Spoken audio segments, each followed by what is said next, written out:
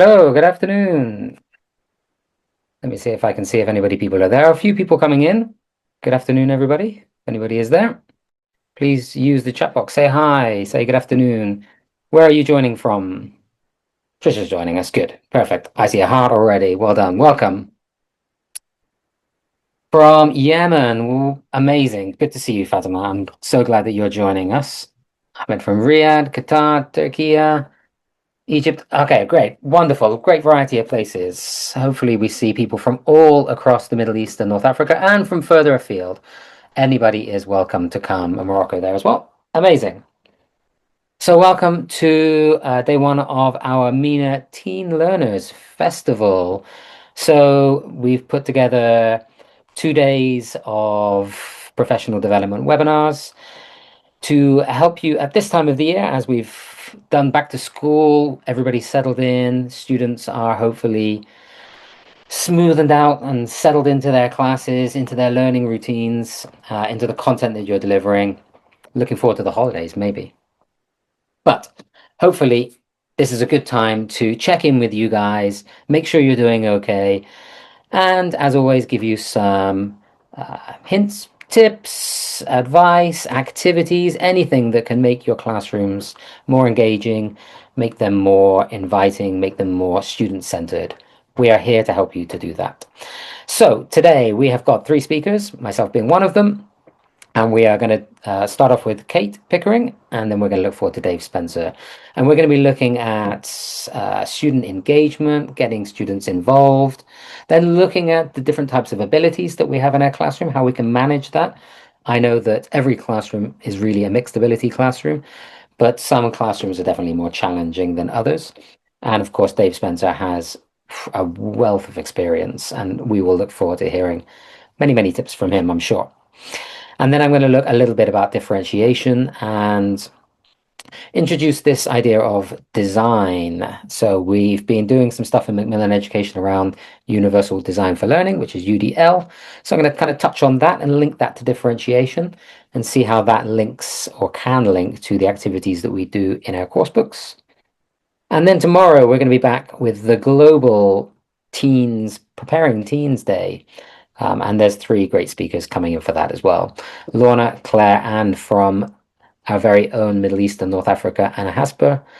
And they're going to be looking at skills. So again, they're going to be thinking about design thinking and this kind of skills that we're giving our students to future-proof them, looking at students, teen students and social media. And last but not least, the digital wellness. So the timings are there for tomorrow. If you haven't registered, we will put the registration link in the chat box at some point and point you to it. So if you haven't signed up for tomorrow, don't worry. We'll give you the link and you can click on it and you can register. Okay, we always start with the most important. Of course, there will be a webinar certificate, which will be sent out next week. I've had to come to the UK, so I've got some family things to take care of, but I will get them out next week when I get back to Dubai. So hold tight, I will get them to you. I did send out the Young Learners ones. If you came 2 weeks ago to the Young Learners Festival and you haven't got your certificate, I will also give you an email address that you can contact me and I will send you yours personally, just in case you got missed out in the details. On top of that, anything else I will add to that email that I can find. I did put a few goodies in the Young Learners email follow-up, and I will add whatever I can find that I think either relates to the topics that we're discussing at the moment or anything that I can find within the kind of Macmillan, what would it be called? Multiverse, I guess. We have multiverses these days. Anything from Springer Nature or One Stop English or Macmillan Education or maybe even Nile or the British Council, anything I can find that's related to teaching teens that I think might be helpful. And I can see Ola has put the link to register for tomorrow already. Thank you so much, Ola. These webinars are brought to you by the MENA PD Academy, which is our professional development platform. I will put in the chat box the website. Nice and easy, MENAPDacademy.com. Go check out the website, register, or sorry, subscribe to the newsletter. And I send them out, try to once every month. And this has all of the activities, so you won't miss anything next time. If you're finding out about what we do on social media or something like that, you don't want to miss anything, subscribe to that newsletter, and that's where I put everything. And you can also scan that QR code as well. Right, just to make sure you're all with me and you're still there in the chat box, I'm thinking ahead to all the professional development activities that we are going to do in 2026. I asked this to the teachers of young learners. I will ask it to you guys as well. What do you want us to cover in 2026? What kinds of topics would you like us to engage with? How would you like us to engage with you on a professional development level? We're coming up with ideas for the new year. Any advice you can give us will help us to make our activities better. So please do let me know. You can either let me know in the chat box, or there's going to be a feedback form in the follow-up email, and there's a section within that feedback form asking for your advice then. So you can think about it if you want to and give me your advice at a later date. But we want to know from you so that we are engaging with the most up-to-date and relevant topics and helpful topics to you guys, because that's what we're here for, you guys. And if you'd like to go one step further and you would like to be a part of these webinars, in the summer, we run the summer sessions, which is I would say, a bottom-up initiative. So giving an opportunity for you guys to share your expertise, your research, if you're doing any in your classrooms, your ideas. What are you passionate about? What experience have you got? Last week we had 259 people attend, so that's 259 excellent expertise brains, which I'm sure have a wealth of things to say and share with what this is. The MENA PD Academy is a professional development community. So it's not just us giving you things, you guys can share amongst yourselves as well. And again, in the feedback form, if you want to, you can put your name and you can tell me your idea. You can give me a little pitch and then I will get in touch with you. But I'll look forward to hearing from you. So back to our festival. That was a little intro. There is a QR code as well. Look, see, I did think ahead. The QR code, if you want to scan that on your phone to register for tomorrow. It happens 3 times tomorrow, so a bit more flexibility in the timing. Today is only for teachers of the Middle East and North Africa, so we picked a time which is out of school in the evening for you guys. But tomorrow they will run 3 times in the day. So if you'd like to stay up until 2 o'clock in the morning, you are more than welcome to see the last one. You can register there. I'm talking a lot just so you have time to scan that. Don't want you frantically getting your phone out. No, I missed the QR code. Don't worry, I will put it up again at the end. So, okay, let's start with our first webinar. Let's get going with the content. Feed you guys with what you're hungry for, listening to us talking about teaching. And who better to get us started than Kate Pickering, who is one of the Get Involved authors. Get Involved is one of our secondary high school teen products. It's a wonderful product. I love Get Involved. I traveled to Morocco last year and the year before to do a series of events on Get Involved. So I know what a wonderful course is. And I'm going to actually touch a little bit on the projects from Get Involved in my session later. So lots of Get Involved today. But Kate's session is all around getting involved. So if Kate is in the background, I know you were in the back room, so I know you're here. If you're able to get into the stage, and we will say hello. There you are. I'm in. Had a bit of difficulty getting in there. Easy lemon squeezy, they say. Yeah. Good evening, Kate. How are you doing? I'm fine, thank you. Yeah, it's kind of tea time here in Madrid. Lovely to be with everybody today. Yeah, wonderful. We cannot wait to see your presentation, but let's just say hi first. So you're based in Madrid. That's right. I'm You're a teacher trainer, and author based in Madrid. Yep. wonderful. And I mean, we won't talk about numbers of years of experience. I Yeah, think far too many to mention. it's a lot. It's a lot. So I'm going to hand over to you. So take your time. We'll probably go for about 45 minutes. Sure. Perfect. I'll monitor the chat box and the Q&A. If there's any questions, we'll address them at the end. But we'll also have a little wrap up and talk about the content as well. Okay, can you see my screen, everybody? Yes. Perfect. Okay. So, as Nathan said, I'm Kate. I'm a teacher based in Madrid, and I'm one of the author team for the Macmillan course, Get Involved. We're going to be talking about that subject today. It's a popular subject. There's lots of talk about activism and influencers, and we're going to see how this relates to our teenagers and our teen classes. But first of all, I want you to think a little bit about yourselves. So, how do you feel about the world today? It's quite a heavy question to get started with, but what things do you feel positive about, and what things worry or upset you? Maybe you could just pop some things into the chat there. Oops, just a second, we're going the wrong direction. Let's go back.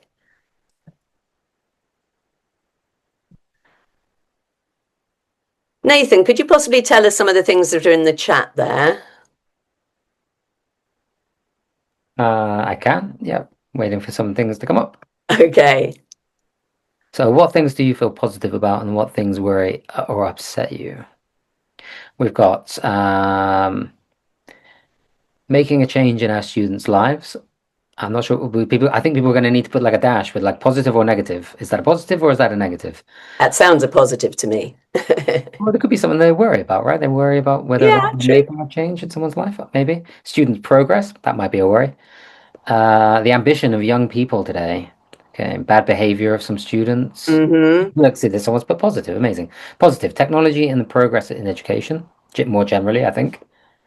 Someone's very positive about technology, that it gives us access to hearing people like you, Kate. Very nice. Okay, well, thank you. That's interesting. You focused a lot on teaching. I was thinking a little bit more about the world itself, but that's fine, no problem. It's all open to interpretation. I've got some images here of some things in the world today that perhaps our teenagers might be thinking about when they're thinking about the world that is ahead of them. And these are not always good things. So we've got things like terror attacks and wars and people being displaced from their homes. We've got climate breakdown. And of course, the kids who are in our classes as teenagers today, when they were in primary school, went through a global pandemic. So there's quite a lot of negative stuff around the future of the world for our teenagers, I feel. Several people mentioned AI, and I think AI opens a lot of doors and can provide us with a lot of opportunities in the future, but it's still quite an unknown area. And I think there is also a certain amount of fear of the effect that AI could have. Some interesting news in the summer in the UK was that all the cohort of people who'd been studying accounting at university in the UK, they'd done a 3-year degree course. They came out of their degree to find there were no jobs because the jobs at entry level for accountants were all being taken over by AI. So I think this is also a concern and a fear for some of our students. I think there's a lot of negative stuff around. And of course, this is not helped by the news. I'd like you just to think for a moment about what percentages you reckon we could use to complete these two statistics. So, what percentage of news coverage do you think is bad news? And what percentage more likely are people to click on a negative headline if they see one than on a positive headline? Just again, put in the chat what you think those answers could be. Bad news, high for clicking. I haven't seen any positive news. Yeah, okay, right. Some scary responses there, but you're absolutely right. Shockingly, oops, just one second. 90% of news coverage is bad news. So you were right up there with your answers. If you look on the news on television, news media, even newspapers, if anyone still looks at them, maybe online, 90% of the news is bad news. Now, you might think, well, my students don't actually pay much attention to the news. But a lot of families have the television on in the background. The news is there, whether on a conscious or subliminal level, young people are being exposed to it. The other thing is that as humans, we have a nasty tendency to go towards the negative. So if we're confronted with two headlines, we're 63% more likely to click on something that is negative than something which is positive. That's pretty worrying.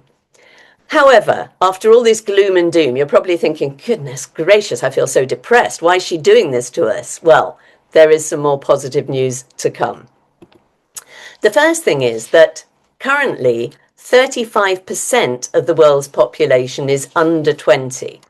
That means a third of the world's population are young people, so they have a significant voice today.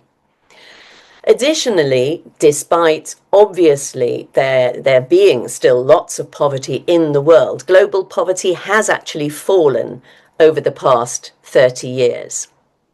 Generation Z, or Gen Z, those born 1994 to 2009, are generally much more healthy than other earlier generations. In countries where young people smoke or drink alcohol, where it's permitted, they tend to do so much less than earlier generations. Gen Z are also more interested in diet and looking after their health. So these are all positive things. And of course, the internet has provided access to education for many, many people who previously could not access it. So those are all, I think, positive things about the world. There are also some very important role models, and let's just have a look at a few of them. The world of the future is also the world of people like Boyan Slat, who we can see top left. He's a young Dutch inventor and entrepreneur, and he developed this device you can see here called the ocean cleanup. It's a kind of magnet that attracts plastic in the sea. Below him, we have Malala Yousafzai, herself a victim of violence. She is now a campaigner for the rights of girls and women to have education. Top right, we have Emma Gonzalez.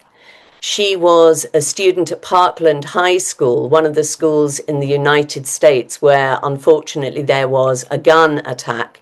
And as a result of this, she formed a platform fighting for gun control and got a lot of young people involved in that campaign.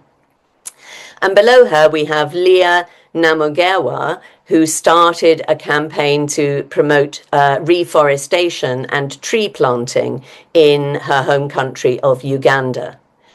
So we talk a lot about influence and influencers. For me, these are the type of influencers that our students need to be seeing. Ordinary young people who are doing extraordinary things.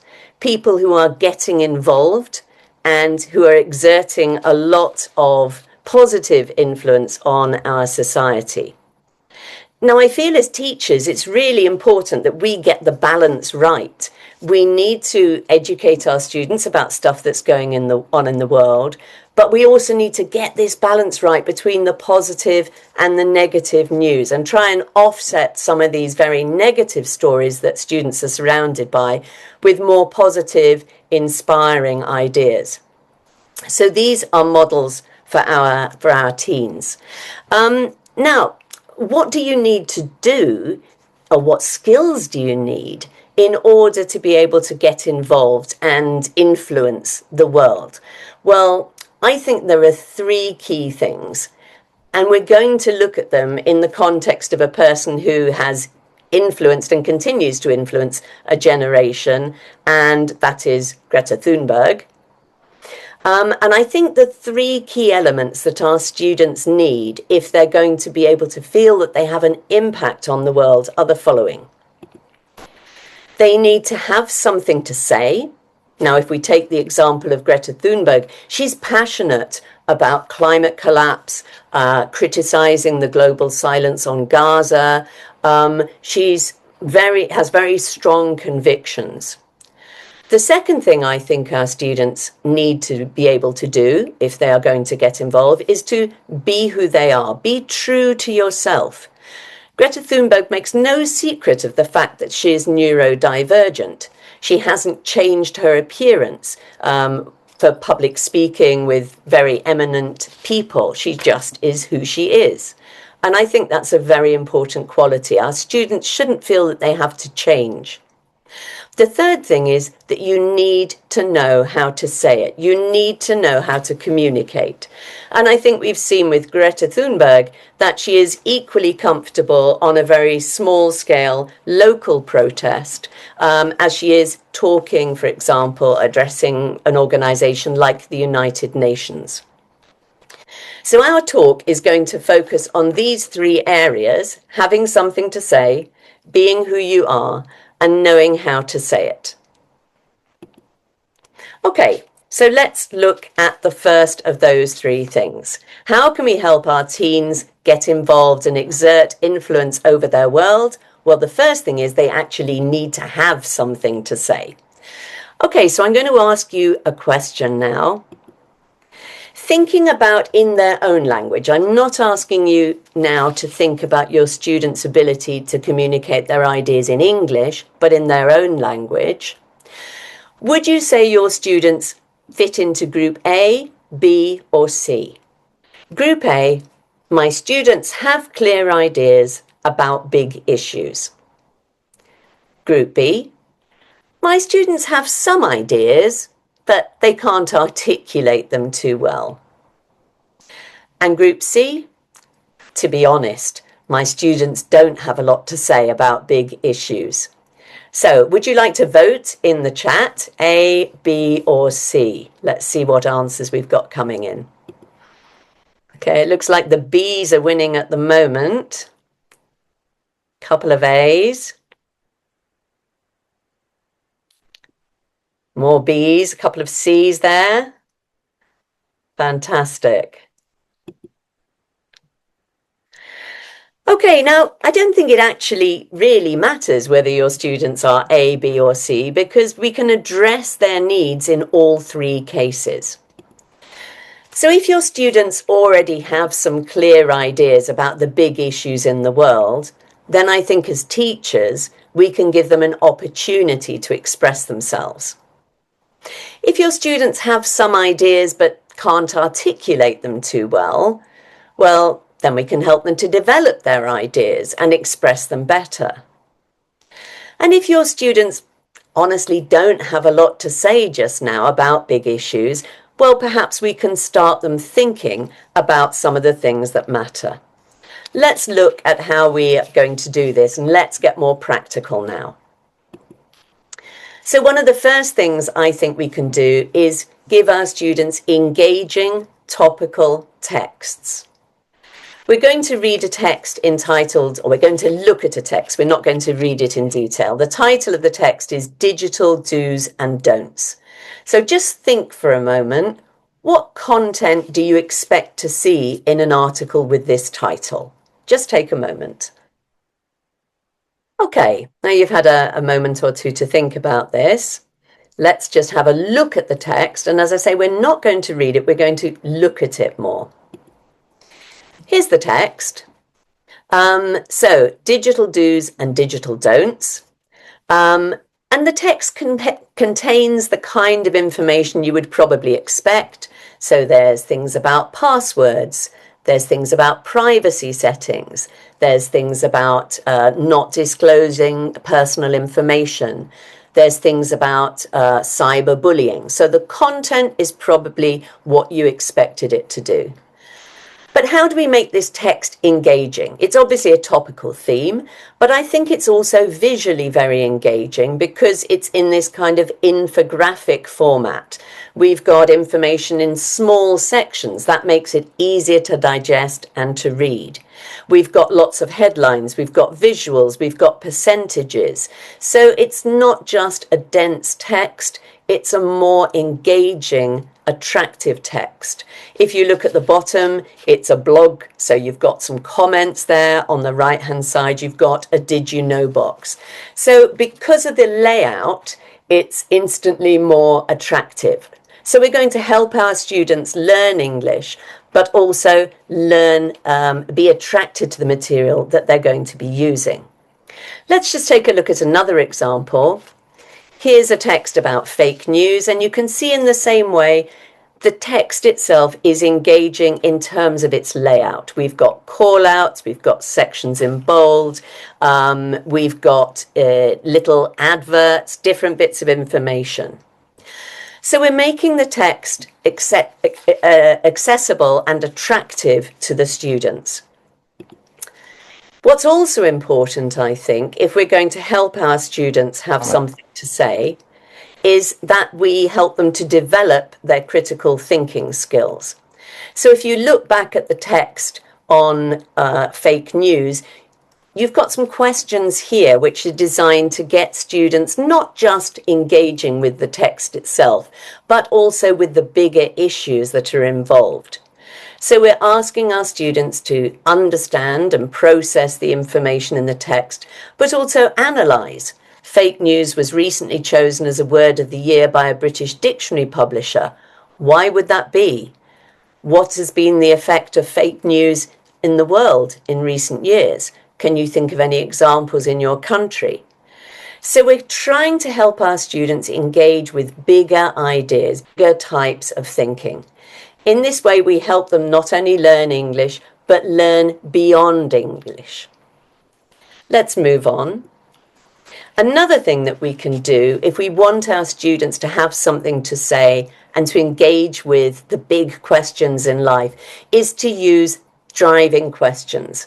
Now, a driving question is something that you ask in order to get a student starting to think about a problem or a process. It's going to, as it says here, set the purpose for learning and simultaneously capture the student's curiosity. So it's the kind of question you might ask at the start of a series of lessons, just to see where students are and to shape their learning as you continue through in following classes.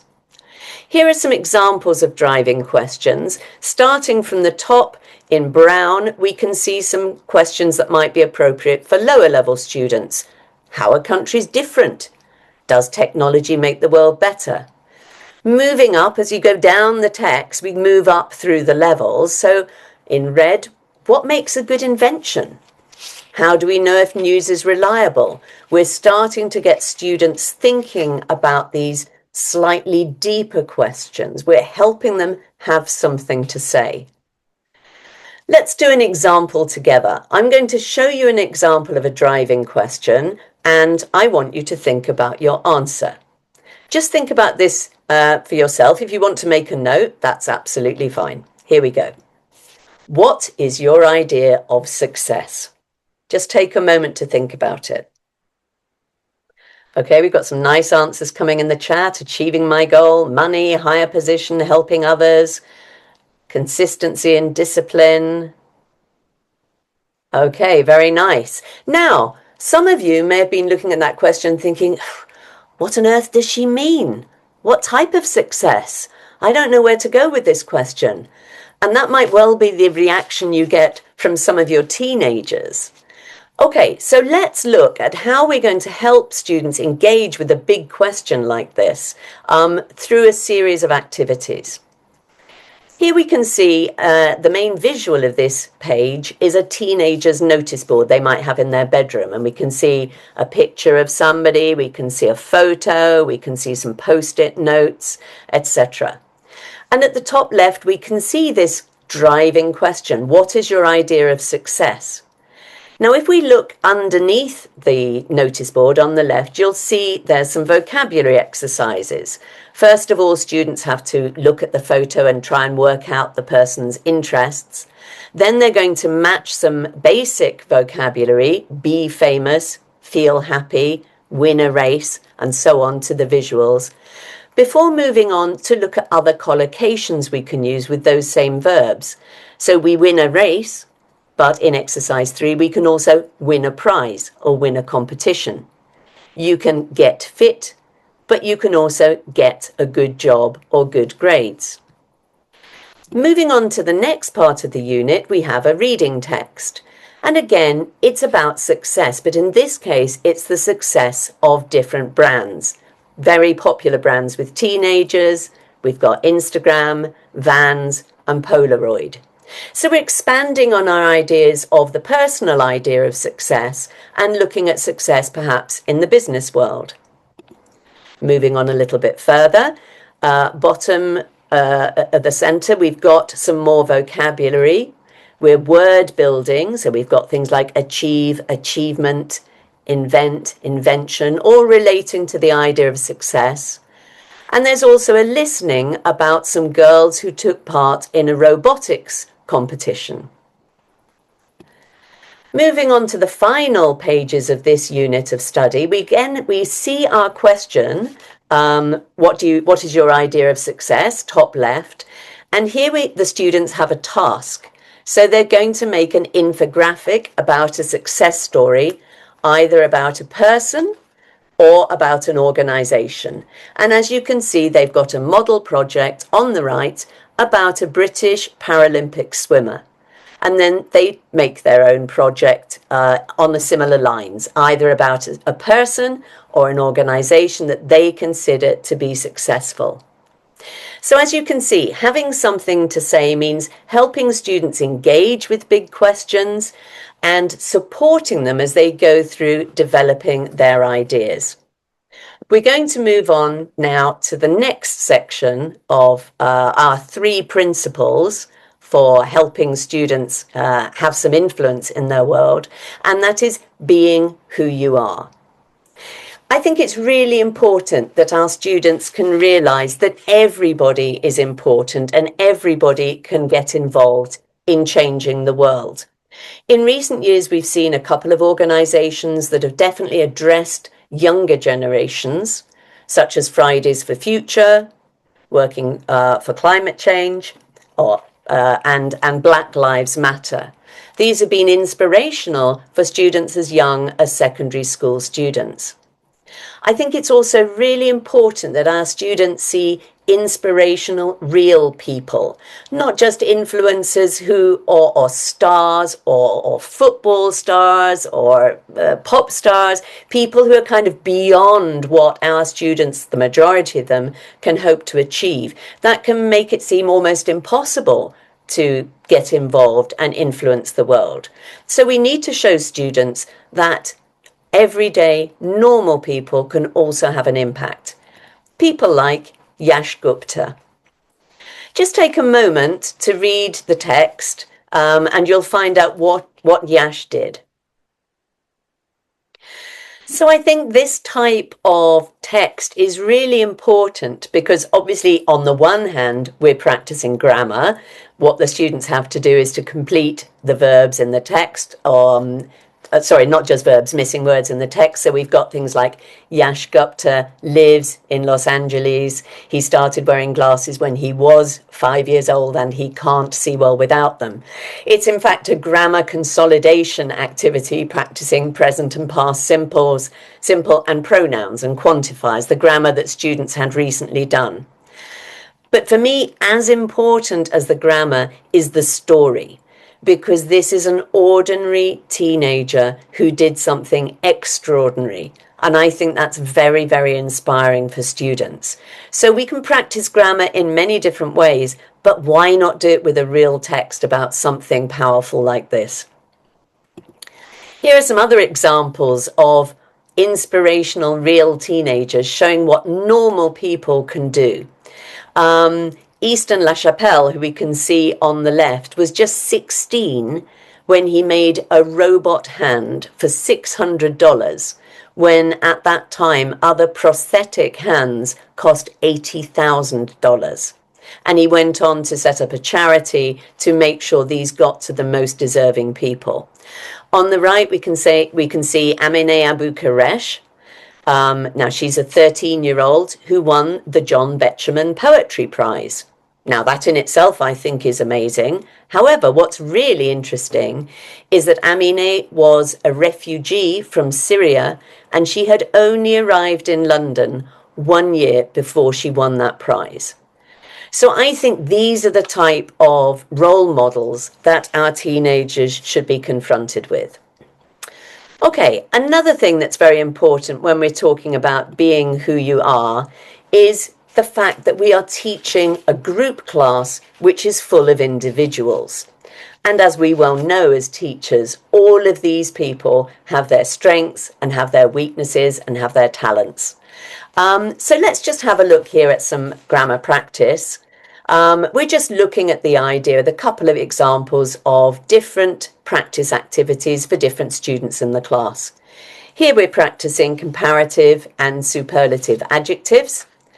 On the left, as you can see the orange reinforcement label, the students simply have to choose between two options. On the right, the blue challenge activity is considerably more complex because the students also have to engage with the syntax of the sentence. Now, having these two different options means that either we can assign different activities to different students, we can ask the students to choose for themselves because, of course, our students know whether they're stronger or weaker in class. We might ask our stronger students to do both activities, or we could use one of the activities for fast finishing students as a reinforcement. Here's another example. Here we're practicing will for predictions, and again, if we look at the reinforcement activity on the left, you can see there are only 6 items. Each sentence is supported by a visual to help the students understand meaning. And the students have to just complete sentences. By contrast, in the challenge activity on the right, it's not sentences, it's a full text. The students have 10 verbs to choose from and a mixture of positive and negative sentences. So we are catering for the needs of our individual students here. Okay, we're going to look at something else which is a little bit perhaps more exciting than grammar practice, and we're going to do a brain teaser.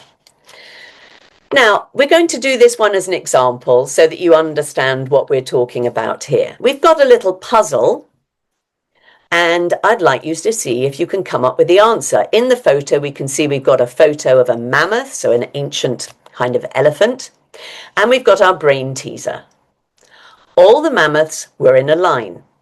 2 mammoths were in front of a mammoth.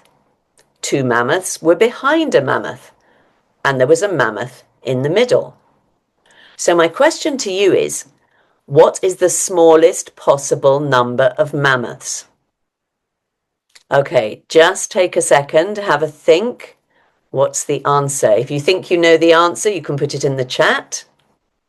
Okay, the majority I think are getting it right. Let's just go through the answer here. So all the mammals were in a line.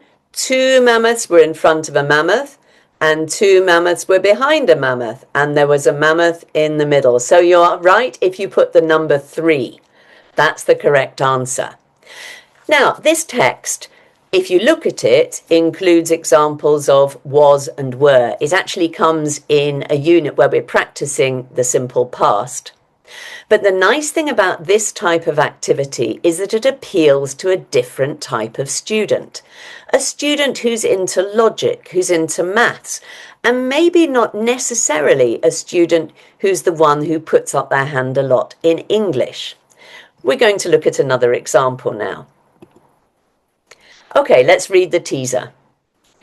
Jimmy and Jenny have lots of hobbies. They like swimming, and they both like collecting things. They don't like sport or drawing. Jimmy loves sleeping, and Jenny likes chess. So my question is, do they like taking photos? There is a clue to help you solve this. Let's have a moment to think. Okay, so let's have a look at this puzzle. Jimmy, double M, and Jenny, double N, have lots of hobbies, double B. They like swimming, with double M, and they like collecting things, with double L. They don't like sport, no double letter, or drawing, no double letter. Jimmy loves sleeping, double E, and Jenny likes chess, double S. So do they like taking photos? The answer is no, because there's no double letters in the word. This is a logic puzzle. Once again, there is a grammar point here. We're focusing in the text on like and dislike with ing or with a noun. But at the same time, we are enabling some students who may not always be successful in English to be successful in this class. Students who are good at maths, who are good at logic, will be delighted that they can put up their hand first to solve this problem. So when I say everybody can be who they are, and that's one of the important things with helping our students have influence in their world, this means that everybody in the class is supported and everybody also has a chance to shine, whatever their talents and abilities. So now our students have something to say and we're allowing everybody to be who they are. Let's move on to our third key factor in helping our students get involved in the world, and that is they need to know how to say it. Now, I'm going to give you a classroom situation. Let's have a look together. I want you to imagine I go into class and I say, first thing I say in the class, good morning everyone, let's start the class. Moad and Sarah, can you please perform a dialogue about planning a day out? Now, why could students find this activity difficult? Let's just have a second to think.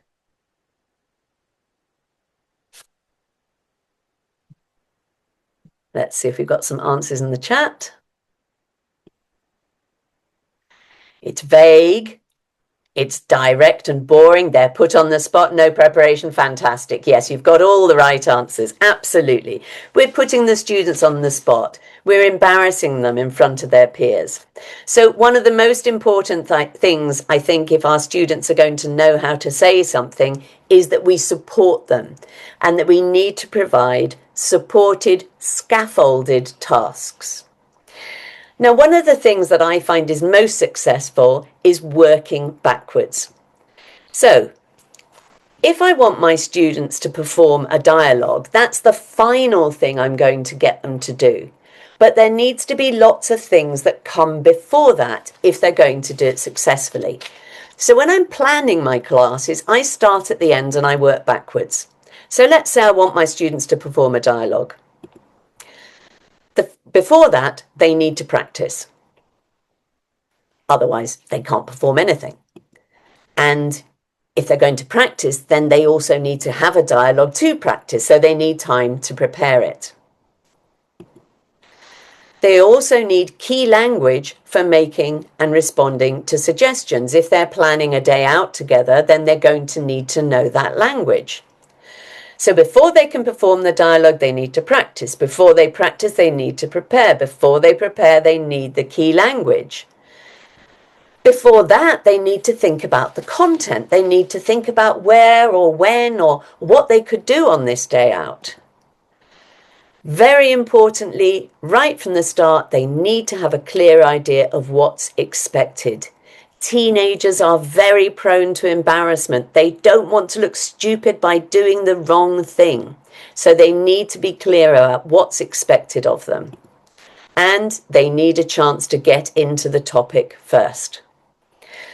Okay, so if we do all these steps, we're going to have a better chance of student success.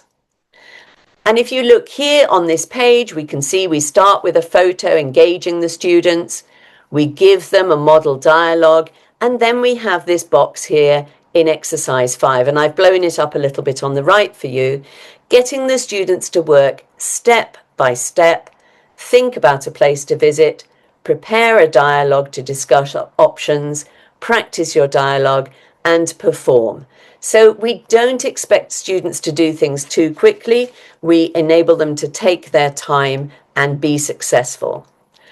Okay, and we can use this approach whenever we're asking students to do some kind of output task, whether it's speaking or whether it's writing. A step-by-step approach where we start at the end, we think what we want our students to produce at the end, and then work our way backwards from there to see that they're going to be successful. Okay, going back to our project that we looked at a little bit earlier, if you remember, we saw this idea of making an infographic, and we saw that we'd gone through a unit with lots of different things to help the students. But of course, students may not necessarily remember that. So it could be a good idea as part of our support to remind students of all the things they know that they can bring together if they're doing a project. For example, in that unit, remember, we saw about success in business. We had vocabulary for overcoming difficulties. We talked about personal success. We looked at word families with words like achieve and achievement. And it's going to be important as part of our support that we do remind students of the things we've done. I think often as teachers, we know that this is going to be helpful for them, but we need to make that explicit. Otherwise, students won't necessarily understand that. Another thing that we can do is to focus on 21st century skills. And if you look at this project here, we can see that there's a circled box with collaboration written on it. So I've got that for you a little larger here. So one of the things that we can do to help our students know how to say it is that we help them communicate effectively using 21st century skills. 21st century skills are things that were identified by business leaders a few years ago as something that was lacking among young people. So young people were coming out of school, coming out of university, very able, very qualified, except they were missing some of the soft skills, things like the 4 C's: communication, collaboration, creativity, and critical thinking. So all of these are going to be useful things for our students to work on if they're going to be able to get their message across.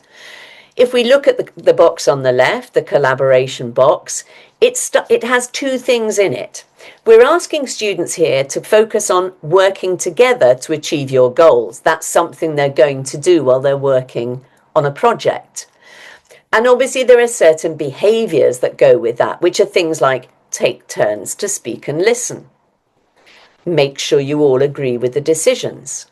Share the work equally. But in order to do these things, students need the language to do this.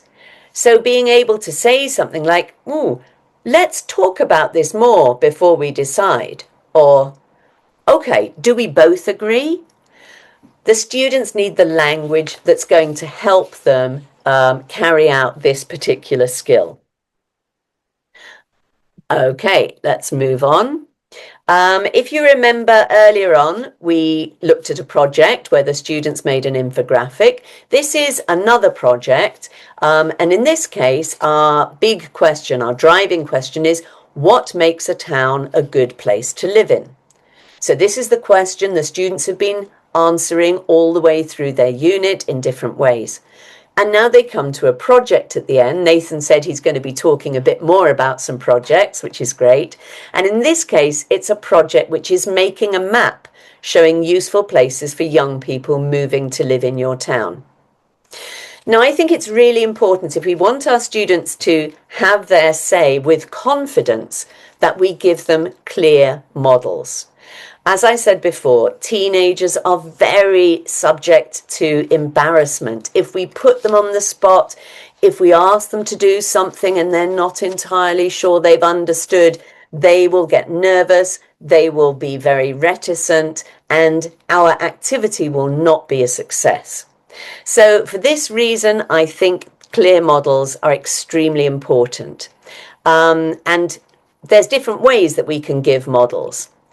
In this particular project, if we look at the full page, you can see at the top left, you've got the part that I just showed you before, you've got our big driving question, you've got our task. And then we support the student by giving 2 different models to help them. On the right-hand side, you can see a model project. Now, in this particular unit, the students were studying places in a town, so that links to this project, and they were also studying the grammar of there is, there are. So if we look at a slightly larger version of the model project, you can see that it's a map that the students have produced, and it's got different captions involving this vocabulary. So there's a big supermarket here, there's a juice bar in the park, and so on. And I'm afraid I won't be able to show you this, but again, Nathan can share this with you later.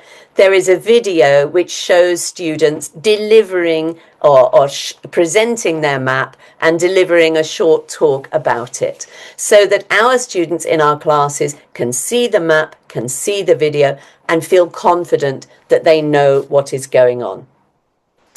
Okay, so we're nearly out of time now. I'm just going to round things up a little bit. There are many different ways to get involved. We started talking about different types of influencers. And of course, we have this definition of influencer as a person who is able to generate interest in something, such as a consumer product, by posting about it on social media. These are the kinds of influencers that our students might see online. But I think there's another more important type of influencer, and this is young influencers who are getting involved in the world that they live in. It's our responsibility to make the world seem a less depressing place, a place where our students can get involved, can feel positive about the opportunities. So it's not only these students here who are the influencers. It's also a person who inspires or guides the actions of others. And that's us. The missing person in the picture is the teacher who is guiding their students to feel confident and positive about the world that they live in. Helping your students get involved means helping them have something to say, helping them be true to who they are, and helping them know how to say it. Your students don't need to feel that the world is beyond them, that they can do nothing about it. They need to know that they can get involved, they can have their say, and that these things, as in this case, can start very small. Thank you very much. That's the end of our talk. Okay, I'm going to stop sharing now, pass back to Nathan.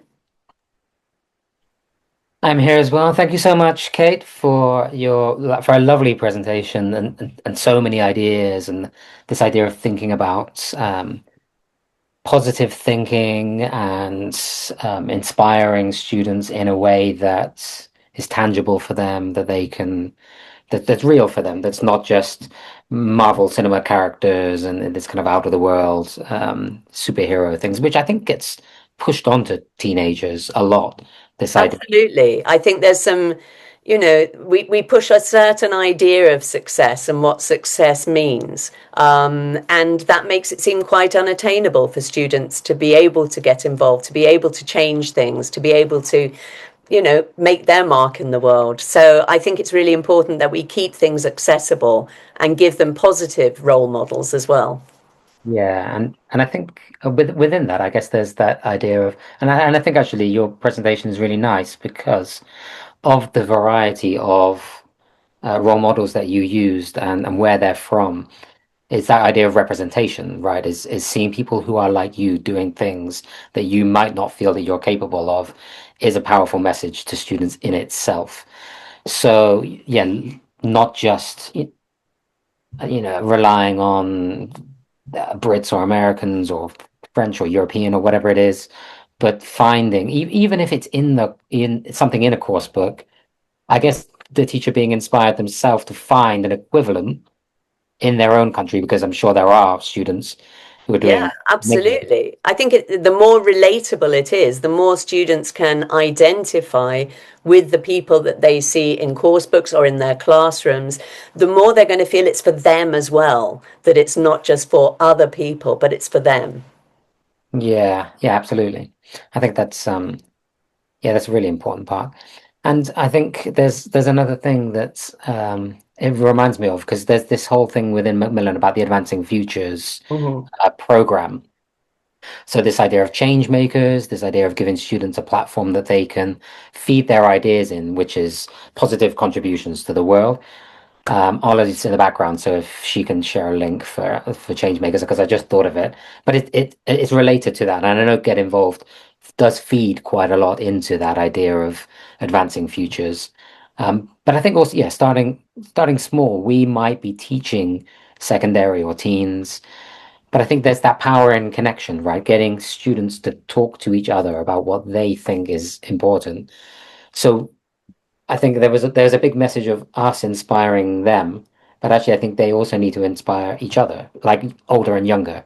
So like our teen Absolutely. can Yeah, I inspire don't think they should environment. think it's only something you can start doing when you're an adult. Yeah, And I think that's why it's important that role models that they see are not only accessible in terms of, okay, they're kind of ordinary people, they're identifiable, but also they're kind of from their age group as well. So it's not just we're looking ahead to when we're going to be 18 or 25 or whatever, but we can actually do something now. Um, yeah, and I think that's really important to get across. yeah, and that can be, and for me that can be localized. So that could be, this is what I'm thinking. It could be, so let's say I'm teaching year nine. I can ask my year nine students what they would do, something really small, maybe within a small community or the school, that would inspire the grade six students or the grade four students. That's Absolutely. what I'm thinking. That's that connection part. And then building on top of that, look, if you can do that and inspire them, well, maybe you can inspire people outside of school, and then just really getting those cogs turning, I think, for them. Yeah, I think starting small is quite important. You don't want to make it seem just too big, too far removed. So I Mm. think starting on a class level, starting on a school level or local community, I think is a very good way to go. Yeah. Several of the projects that we include in Get Involved are sort of locally based. So yeah, I think that's very helpful for the students to feel that it is something they can actually do themselves. Yeah. So there was one question Mhm. by Ola actually. So I'm going to ask this question because I think it's a good one. So you were saying the first part was about students having something to say. So Ola's question is around, I guess we also have personal biases. We also have our own ways of Yeah. thinking. She's asking, how do we avoid unintentionally kind of steering students towards our own views? We want them to explore their own. Any advice around that?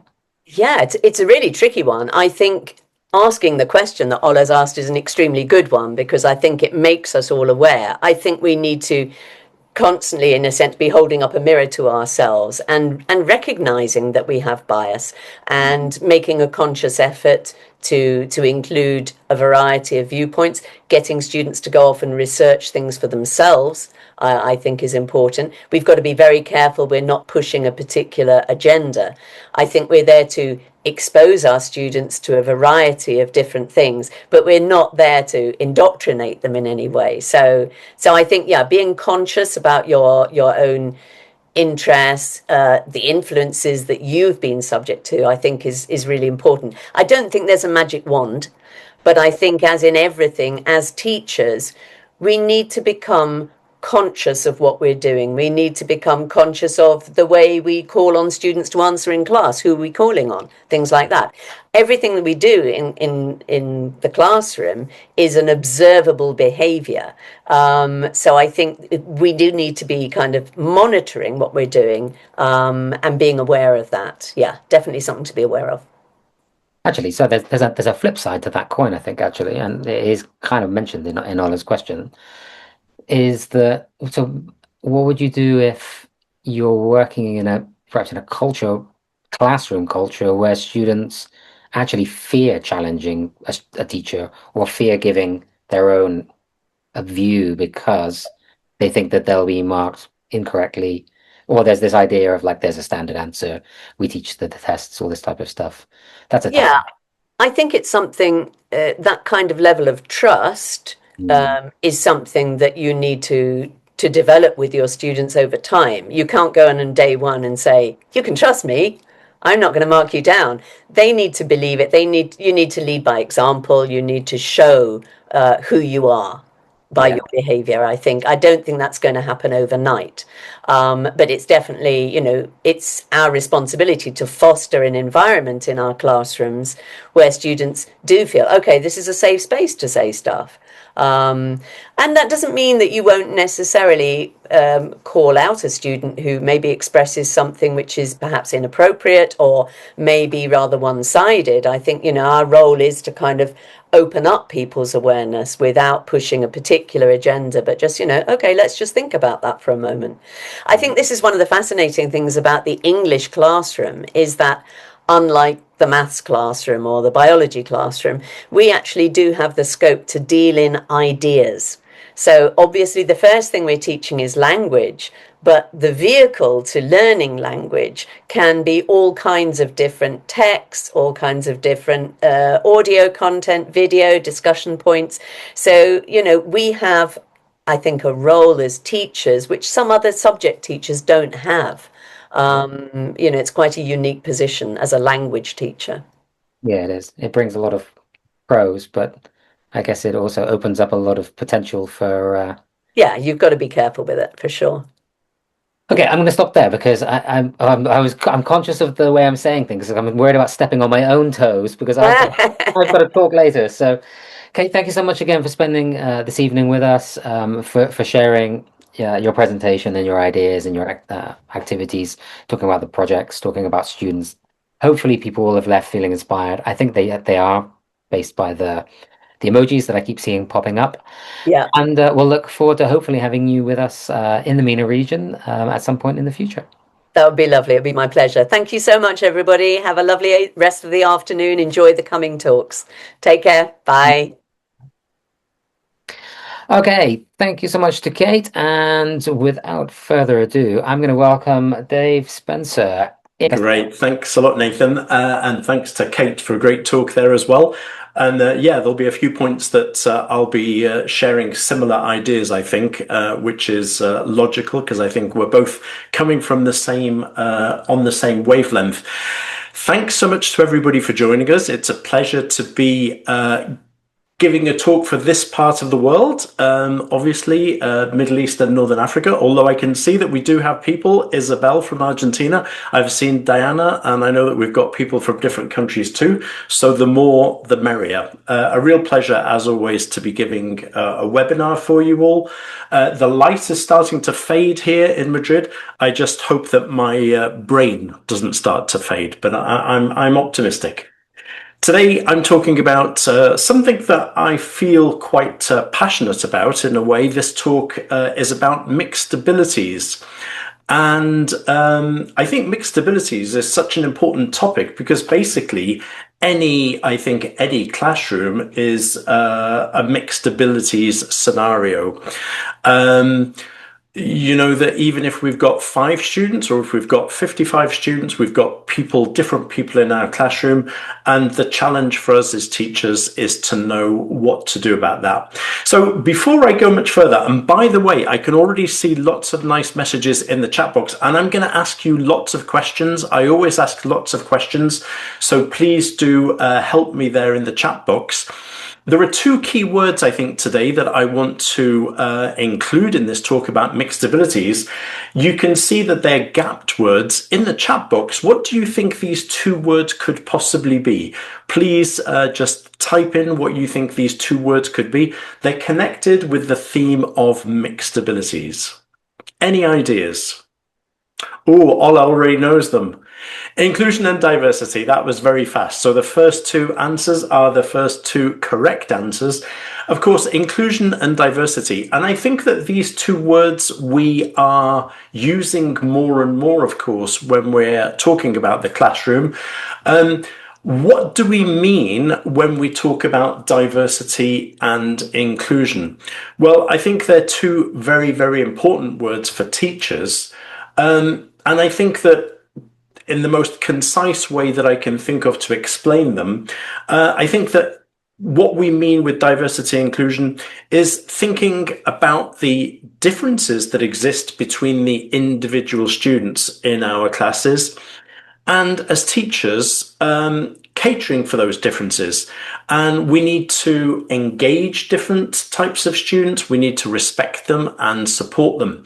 And at this moment, not just talking, if you like, about abilities, but I'd like you to suggest, what do you think are the main differences between the individuals in your classroom? So like a brainstorm in the chat box.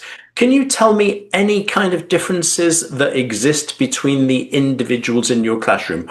One could simply be level, right? As Thao has said there. So we could have obviously A2 students and B2 students in the same class. But what are the differences can you think of?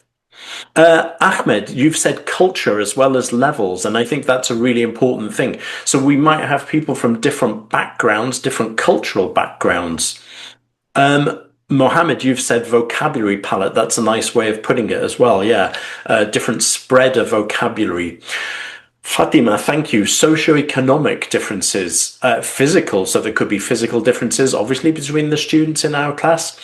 Cognitive skills, Eman has said, Ahmed, different interests. And I think this is obviously something that we as teachers have to deal with also, right, in our classrooms. Diana, nice to see you here. Introverts and extroverts. And I'll be talking a little bit about that specifically shortly. Communicative competence, cultural competence, definitely. Feelings. And some of the things that we've mentioned so far are more atemporal things, but feelings, just how a student walks into class in the morning, their mood, as Eman has said there, their mood could change. They might just be in a good mood, in a bad mood. Some of them are in a good mood, some of them are in a less good mood. And again, a great idea, learning styles. And obviously we talk about some people learning more visually. This is very interesting, actually, talking about learning a language. I'll come back to this in a short while, but definitely learning styles also make some difference. So I can see straight away, because you're all great teachers, I can see that we're not short of ideas. And I've written some ideas up here, and I think we've mentioned many of them already. We've talked about proficiency, we've talked about aptitude, we've talked about level, we've talked about preferred learning styles. One thing we haven't mentioned, which is on my list, is parental expectations. And I think that when we teach primary or secondary students, we always have to bear in mind parents, right? So some parents are extremely keen on their children learning English, and maybe some of them are less keen. Another thing we haven't mentioned is the interpersonal relationships between our students, how they get on with each other, maybe linked to what we have mentioned about extroverts and introverts. But basically, I think you would agree with me, and I can see this from the chat box, that we all know that the individuals in our class are really very different. Now, I've got a quotation which always made me think when I began teaching a long time ago. This is from an ELT expert who passed away, I think, a few years ago, Mario Rinvolucri.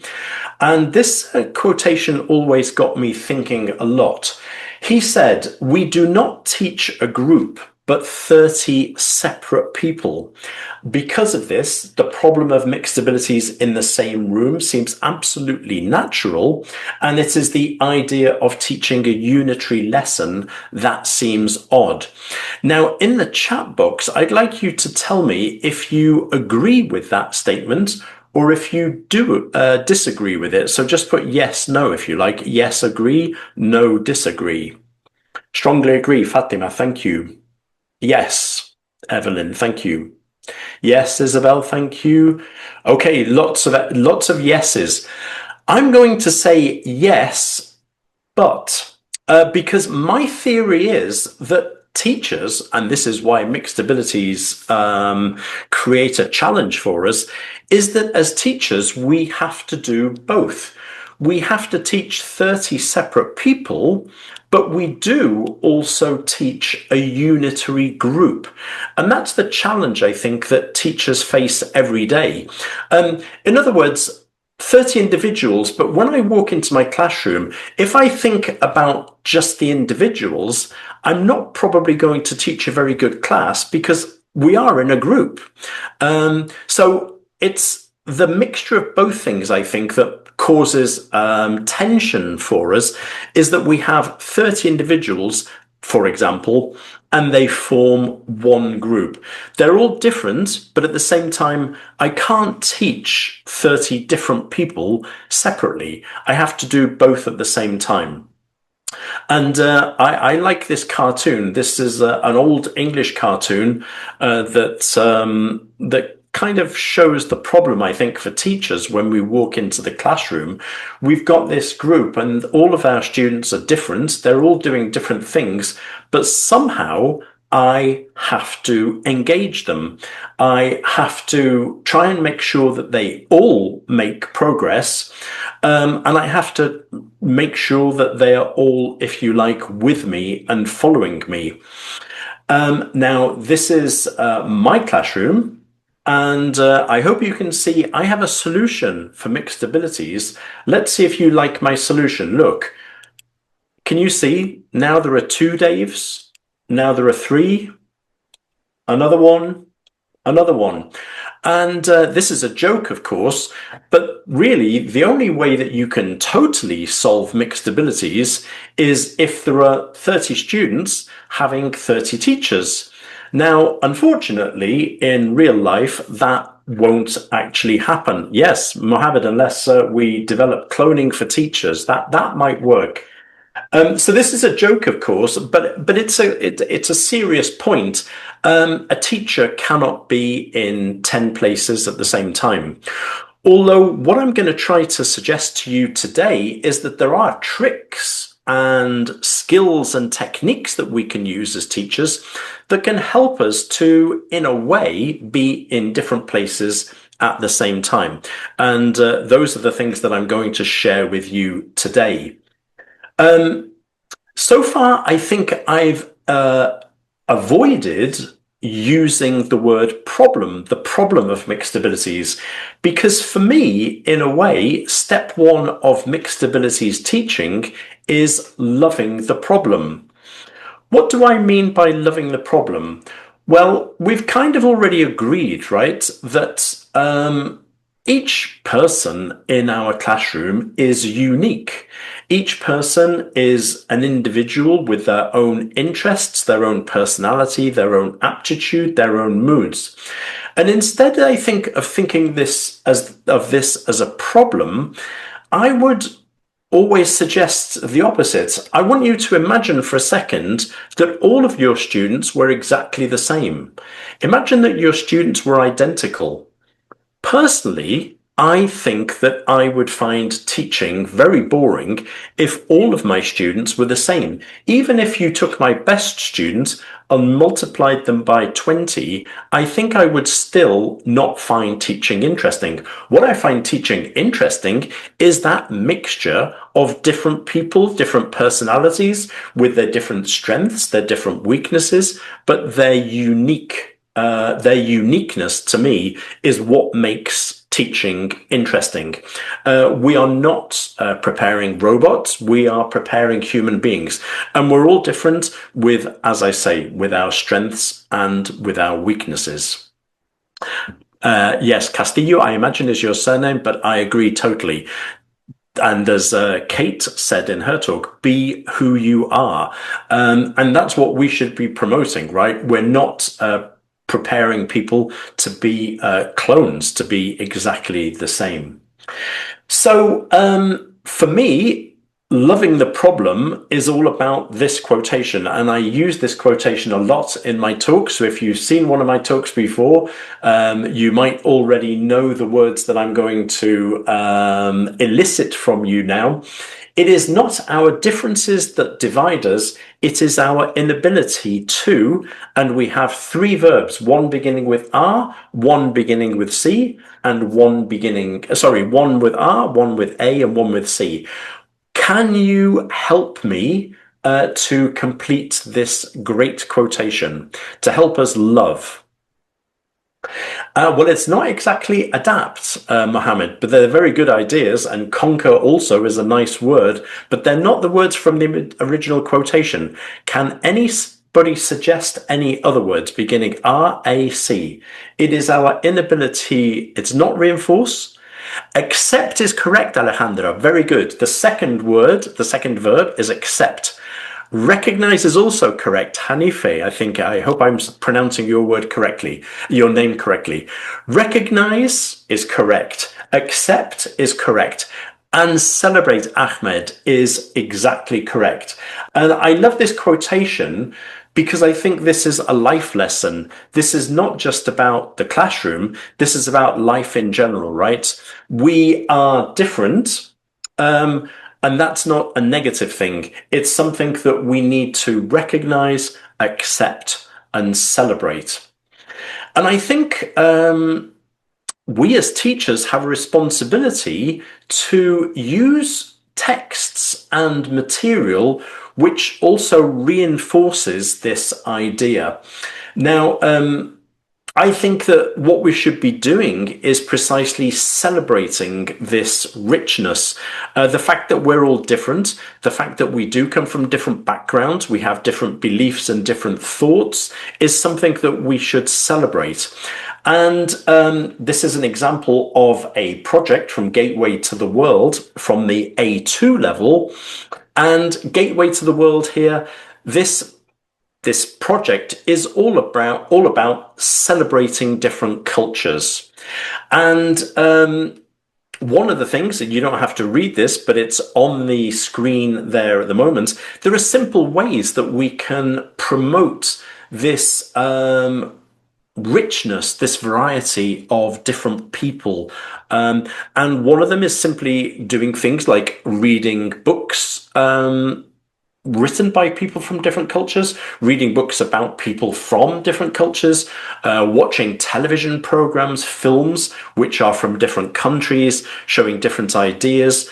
I would even say that eating food from a different country is a way of opening the mind of a teenager to think about things don't always have to be the same, that we've got lots and lots of variety in this world that we live in and in our very classrooms.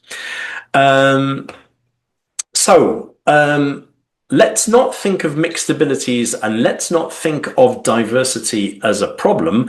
Let's think of it as something actually to celebrate. Now, of course, at the beginning of the year, we are faced with our new class. We are faced with 25, for example, 25 different individuals in your class. And I would say that really the key to any successful teaching is to find out as much as you can about the individuals in your class. If we don't know about the human beings in our classroom, we're really not going to get far, I think, as teachers of English. First comes the person, and then comes English. Now, one of my favorite activities of all time is an activity that, if you follow my Facebook page, every year I suggest this. I call it T-shirts that tell a story. Maybe in the chat box you can tell me, how many T-shirts do you think each student in your class has? Do you think they have more than 2, more than 3? In their wardrobe, how many T-shirts would you take a guess that they have? Right, Zoya, I think I'm reading your name correctly, right? And I think I know who Zoya is. More than 3,000, says Castillo. 1,000, yeah. I think that everybody has a variety of T-shirts. And if you think about T-shirts, think about some of the T-shirts in your wardrobe. T-shirts often tell a story. These are some of my students and their T-shirts. Basically, this activity is at the beginning of the year. I ask my students to bring in 2 or 3 different t-shirts that are important, that are significant to them. And basically, each student gives a mini presentation, maybe 3 minutes, explaining the significance of each t-shirt. Now, obviously, the boy here on the left has his Metallica t-shirt. So that boy starts telling me about not only does he like heavy metal, but he actually plays guitar. The boy on the right brought in a t-shirt from his summer camp, and he told me all about the people that he met. Now, these presentations, by the way, shy students can hide behind the t-shirt, which is great. They don't feel excessively exposed. And by the way, also to take away any embarrassment, I always do a presentation myself. I always bring in 3 shirts and I explain why they are important to me. I don't know if anybody wants to take a guess about why any of these 3 t-shirts are important to me. The one in the middle, by the way, says Penny Lane and Strawberry Field and Matthew Street. Has anybody ever heard of Penny Lane or Strawberry Field? Can you just tell me yes or no, why it might be significant to me? Alejandra, I do like Spider-Man. I'm a Spider-Man fan. Diana, you've got it. You probably knew this straight away, right? And Isabella too. The Beatles had 2 famous songs, Strawberry Field and Penny Lane. And I was born very close to where the Beatles grew up. And in fact, my mum, who is 95, she lives next to Strawberry Field. So that t-shirt is significant to me because it reminds me of my home and my mum. I am a Spider-Man fan. I also like comics. And I always think that Spider-Man helped me to be interested in reading and also in art. And the Hawaiian shirts, Mohammed, you have never heard a Beatles song fully. That is your homework tonight, Mohammed. After these talks, after Nathan's talk, I want you to listen to Strawberry Field or Penny Lane, okay? Right, Castillo, you would wear a Guns N' Roses t-shirt maybe. Well, this is it, exactly. Everybody brings in their shirts and explains why they are significant to them. The Hawaiian shirts, I won't be able to show my video, but I will explain when, at the end of this session, why the Hawaiian shirt is significant to me.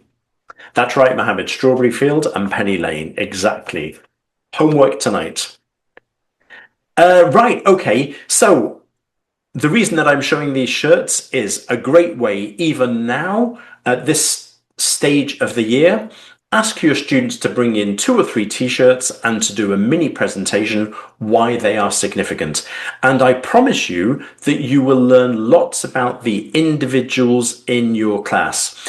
And again, I would say that any classroom where we're going to be effective and where we're going to encourage diversity and inclusion is finding out about your students. Ahmed, exactly. A great way to discover kids' interests and backgrounds. So, step number 1, love the problem. Step number 2, find out about the individuals in your class. Step 3, I would say, is make sure that everybody in your class has a voice. Now, one reason why I particularly say this has a voice is something that I feel strongly about. I read a book a few years ago, and maybe some of you have seen a TED talk by somebody called Susan Cain, and I definitely recommend this TED talk. There are lots of TED talks, but I really recommend this talk. It's called The Power of Introverts. And in this talk and in her books, Susan Cain talks about the importance today of listening to quiet people. She has a theory, which is that in general, in society, we listen to loud people and we should listen to quiet people because often they have great ideas. She cites some different examples of quiet people, people like Steve Jobs, maybe more introverted people, and And it made me think. I personally believe that in the secondary classroom, the problem is many times with mixed abilities and a group of various people is that the loud people can start to dominate your classroom, and suddenly you realize that there are people there who probably have great ideas but don't have a voice and are not listened to by the teacher or by other students. Now, this is a crossover point with Kate's great talk before. She talked about projects. I'm going to talk a little bit about projects too. She also made a great point about collaborative skills. And in Gateway to the World, we work on collaboration as a skill.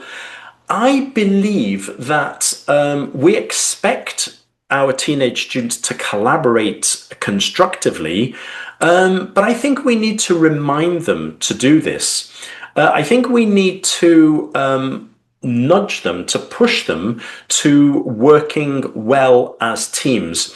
And when teams work well, I think that the problem of mixed abilities is less important because students are helping one another. Instead of you having to help all of the students, each student is helping another student, which is perfect. Now, if you look at that collaboration box, it's telling the students, it's reminding the students that they need to involve everybody when they do group work. So when they do group work, they need to encourage the quieter members to speak up too. And you'll see, and Kate made the same point, we can't expect students to do this unless we give them the English to do it. So you can see the section there, useful language. These expressions are really useful to get students encouraging one another to join in the conversation. So we've got, for example, that's a good idea, but what do you think, Sarah? Let's listen to Oscar. Who hasn't spoken? It's your turn. And these expressions are helping students to be sympathetic to one another, and they are encouraging students to all join in, and that's what we want in a mixed abilities classroom. So I think this is really important to promote collaborative work and also to give them the language to do that. And Evelyn, yeah, you're suggesting there the Belbin team roles, and I think those are really useful. Getting an idea of what each different person can bring to the team, and also encouraging students to all get involved. So, I think an interesting thing is that project work is a great way to deal with mixed abilities. Why? Because mixed abilities in the group, you might have some people who are really good at preparing visuals, some people who are really good in a project at doing research, some people in a team who are very good at giving oral presentations. And when you work on a project, it's great because each student can bring their strength to the table. So we don't always have lots of time for projects, but I think occasionally doing projects helps students to bring their strengths to the table. What is your forte, if you like? And their different strengths, it shows that they might not be the best at the world at doing one thing, but they are really good at doing another thing. And by the way, this is the moment where I ask a very important question. If you look at the title of my talk, it says mixed abilities. And if you've listened to me so far, I always say mixed abilities, and I don't say mixed ability. In the chat box, would anybody like to suggest what is the importance for me about mixed abilities, plural, and not mixed abilities? Any ideas? Why do you think that's important to me? Mixed abilities, not mixed ability. There are 5. So are you talking there about different skills? Plural is better. That's a nice way of putting it. Plural applies to different students. That's also a nice idea. Sharing different abilities. Right. Variety is reflected. Right. Well, I'm going to explain why I say mixed abilities. I have a theory, and you can tell me in the chat box if you agree with me or not.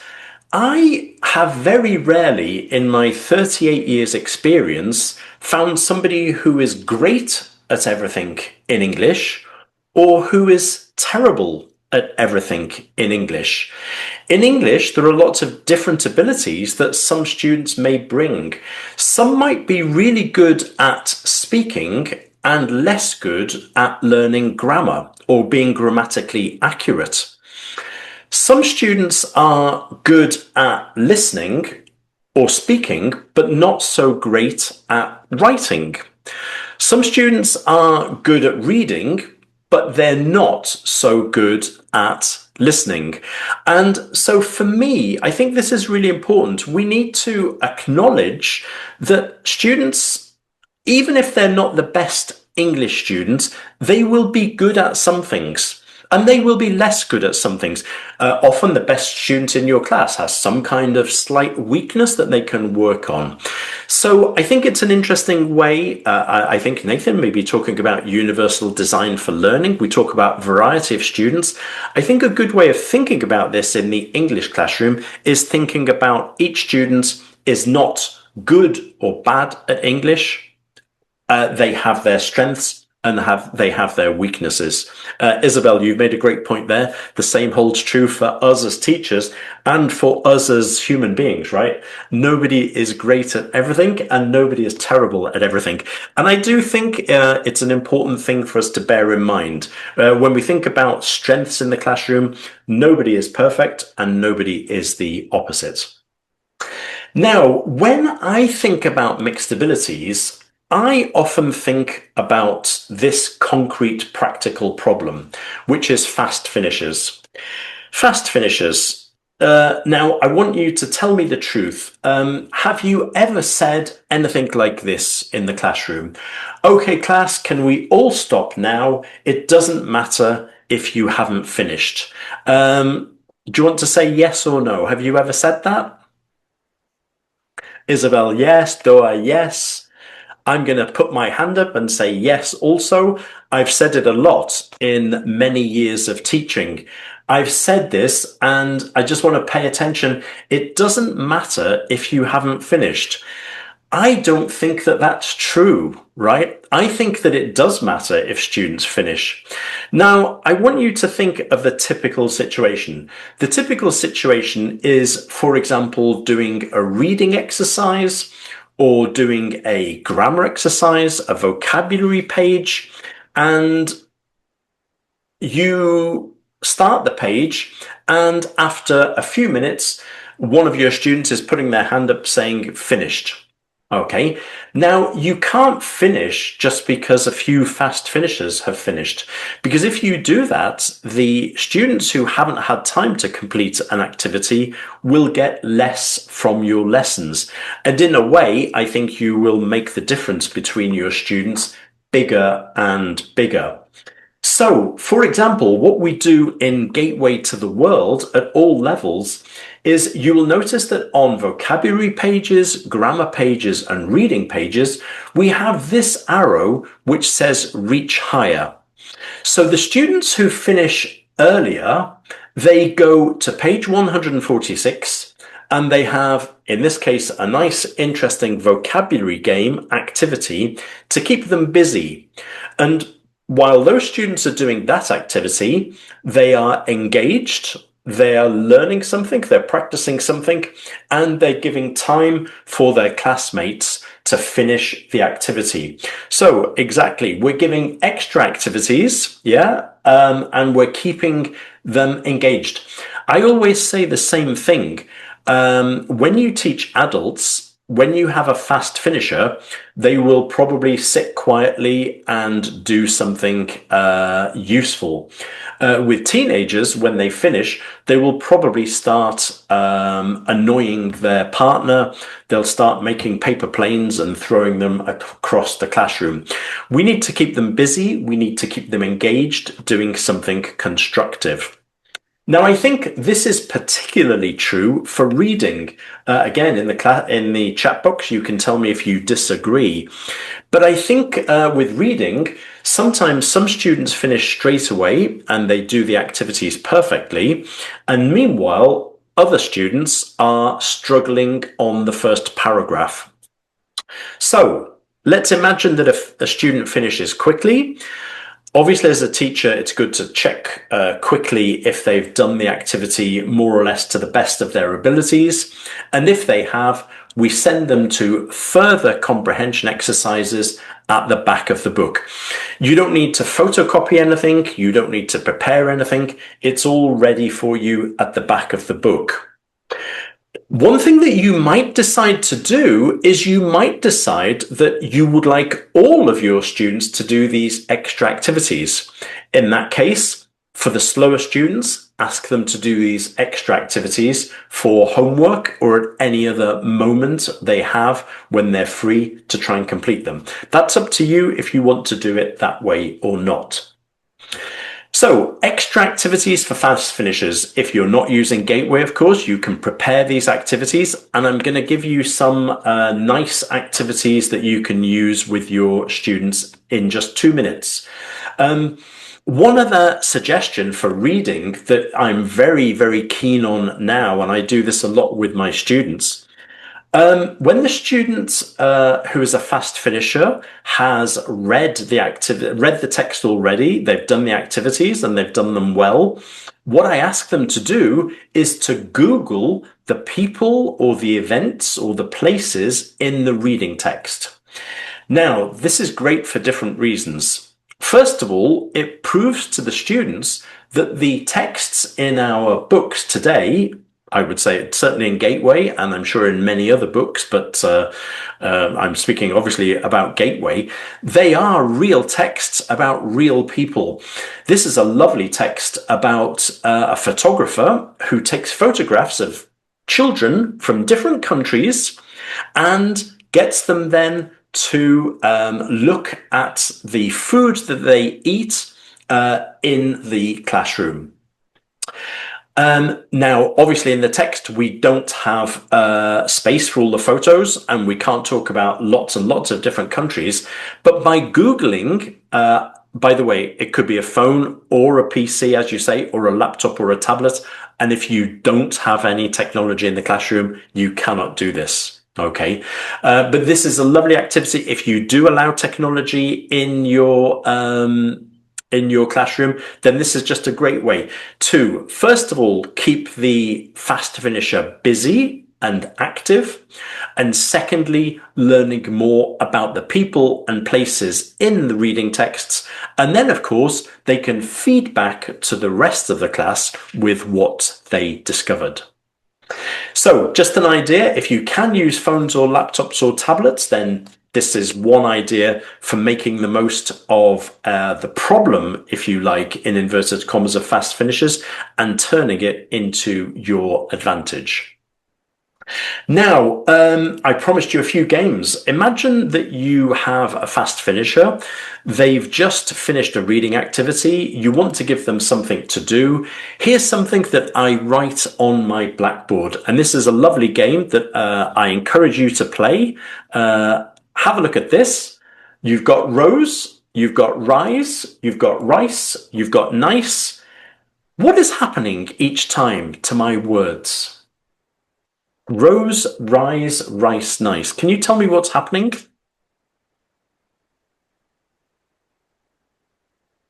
But the words are changing. How are they changing?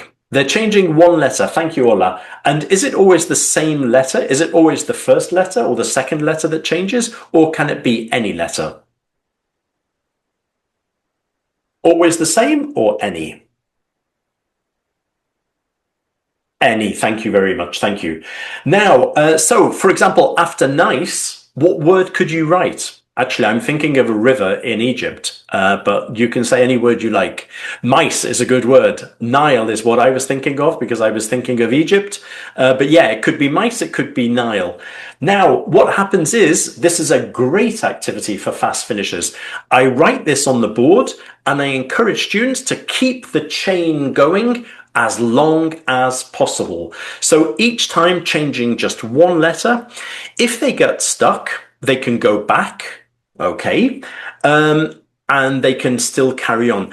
I have a question for you. When does this activity finish? I'll tell you the answer. It's a trick question because this activity never finishes. And that's important. If you're going to give an activity to a fast finisher, you don't want the activity to only last for 1 minute because you're going to have the problem all over again, right? If they finish quickly, then you're creating another problem for yourself. So this could go on for 5 minutes. It becomes a very addictive game. Try this after my session. Play the game yourself. See how many words you can think of. It's simply a great way of keeping students busy. You don't need a photocopy because you just write it on the board. That's one game for you. Here's another game for you, which I love. We have these different circles, and it's a very simple game. You can also draw this on the blackboard. Students have to make 4-letter words, and they make their words by beginning in the inside circle and taking a word from each circle as they go out. In other words, each 4-letter word begins with B or W. Can somebody make a word for me that they've found? Beginning in the ward. Thank you very much, Ola. That is brilliant. Ward is great. I'm just going to take wind is nice as well. Now, I think you can see straight away that there are going to be lots and lots and lots of words. It's a fun game. It's keeping the fast finishers engaged. It's keeping them busy. It's keeping them doing something that is really great vocabulary practice. So one more game. This is a game that I used to play as a boy. We used to play it with the word Constantinople. And the competition is to make as many words as you can from the letters in encyclopedia. So obviously we've got words like pen. You could make the word pen. You could make the word cycle. You could make the word, let's see, need. You could find the word day. Thank you. Cycle, P, dial, end. Mohammed, thank you. There are lots and lots of words. Again, I want you to imagine you're in your classroom, you've got a few fast finishers, put this on a corner of your blackboard, explain the activity to them, and they can play on their own for 5 minutes, 10 minutes, 15 minutes if necessary. No photocopy, no special materials needed, no technology needed, just your blackboard and a little bit of imagination. So, more activities for you. I've got a few more ideas. Here we've got another idea. Having activities. Now, this actually coincides with something which Kate was mentioning. If you watched Kate's session, she had activities which were reinforcement or challenge, and so they were at different levels. You'll notice that in workbooks like the Gateway to the World workbook, you have 1-star activity, 2-star activities, 3-star activities, and we've got grammar challenge at the end. So, simple idea, allowing students to choose, if you want to choose the level of activity that they do. The same as with Kate, either doing reinforcement or doing challenge. In the end, I will be honest, often with my classes, I get my students to do all the activities, again, so that the level between the students doesn't change too much. But this is a nice way, I think, if you want to give your students an element of choice. What level practice would they like to do on a particular page of the workbook? And I think also with choice, Sometimes when I'm doing revision activities, also at the end of each unit in Gateway, there are different revision activities, sometimes simply getting students to decide which two activities they think are more useful for them. I think giving elements of choice is a great way simply to empower students, to make them feel that they are making the class perfect for them as individuals. I am coming towards the end of my session, just a few more ideas for you. I touched on this before when I talked about collaboration. We often talk at the moment about social and emotional learning in the classroom. I think it's really important. The word empathy is becoming a real buzzword in education because basically, I think in the 21st century, we need to encourage our students to think of others. Now, this is one of the projects from Gateway to the World that I mentioned before, and it's all about empathy. It's all about how you can help students to combat loneliness. There's a beautiful video about buddy benches. I don't know if you know what a buddy bench is, but it's a place where if you're lonely, you can sit and somebody sits next to you to keep you company. Now, the reason that I think this is important, I began my session with a stupid photograph of myself and multiplying myself that there were 6 teachers in the classroom, which would be nice, but it doesn't happen. But if the teacher can't be in 6 places at the same time to help students, there are lots of students in the classroom and they can help one another. And I think once you have a good atmosphere in your class where the students feel comfortable with one another, for example, after sharing their t-shirts, after learning about one another, if students can help each other, then in a way, there is not the same need for 101 teachers in the classroom. One teacher, lots of students, and students help each other. They show empathy. When they find their classmate, the person sitting next to them, having problems doing an exercise, they help one another. What could be better than that? Okay, I'm coming to the end of my session. I'm not going to be able to show you the video because of this problem with Zoom, with the sound. You could maybe see it, but you wouldn't be able to hear it. Flipped classroom videos. I'm sure many of you know about flipped classroom videos. Basically, they are grammar videos that the students can watch before class, after class, in class, on their own. When I teach grammar, some students already understood the grammar before my explanation. Some students understand after my first explanation, and some students have trouble understanding the grammar. You can't explain the grammar 4, 5, 6 times to each individual student, but having technology such as these flipped classroom videos means that you can say, okay, anybody who needs extra help with the present perfect, I want you for homework to watch the video with the subtitles and watch it as many times as you like. And I think this is a great example of how technology can help students to work on their own, to help to solve the problems, the weaknesses that they possibly have, particularly in this case with grammar. And if you remember, I showed you a Hawaiian shirt at the beginning of the talk. I'm gonna spoil my video. I'm gonna tell you what was going to be in the video. In my video, I'm wearing this Hawaiian shirt and I'm talking about past regrets. I wish I hadn't. I would rather have done this. And in fact, my video is simply saying that in my life, I have very few regrets about my past. My only regret was buying and wearing this Hawaiian shirt. So you will, apart from that video, you will never see me wearing this Hawaiian shirt, which I'm sure you're all really glad about. I come to the end of my session, Nathan. I'm not the t-shirt. Ola was the regrets. Yes.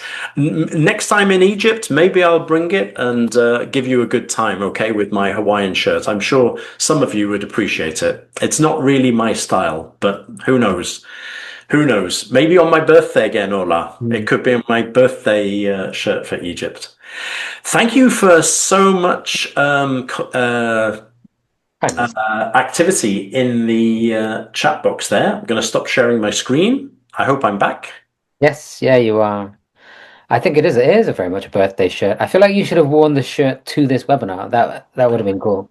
Next webinar, it's a promise. And if you told me, I would have worn my Hawaiian shirt as well, and we could have just, we could have just not talked education at all. We could. But I'm sure that some of the people watching today, they might have got the wrong idea with a Hawaiian shirt. They would think this guy is not going to give a good talk about mixed abilities with a Hawaiian shirt. So, Well, there you go. So you're bringing up another topic.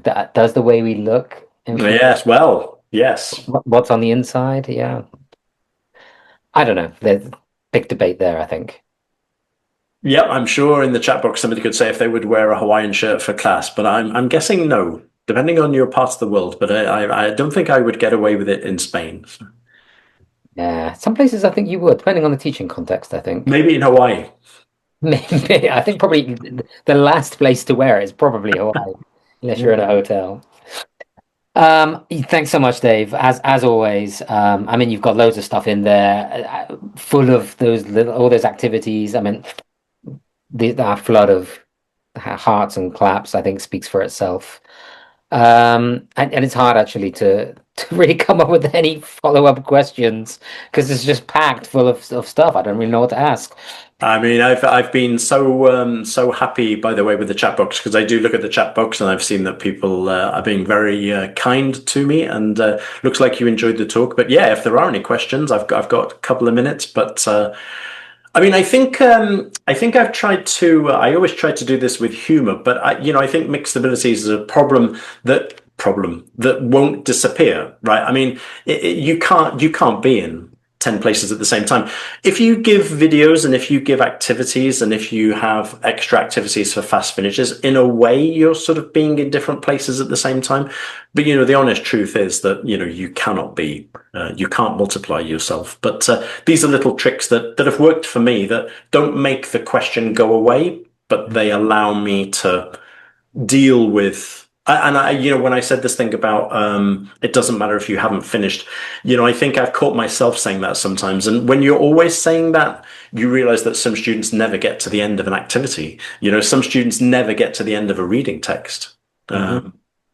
Yeah, and I guess this is why flipping the classroom hopefully should help a little bit, right? If Exactly. it's videos, but done with reading as well, right? And again, being realistic, because I like to be as real. I am a teacher, so I'm realistic. Not every student will watch those videos, and not every student will watch them. But if you think of a class of 25, a couple of students find those videos useful.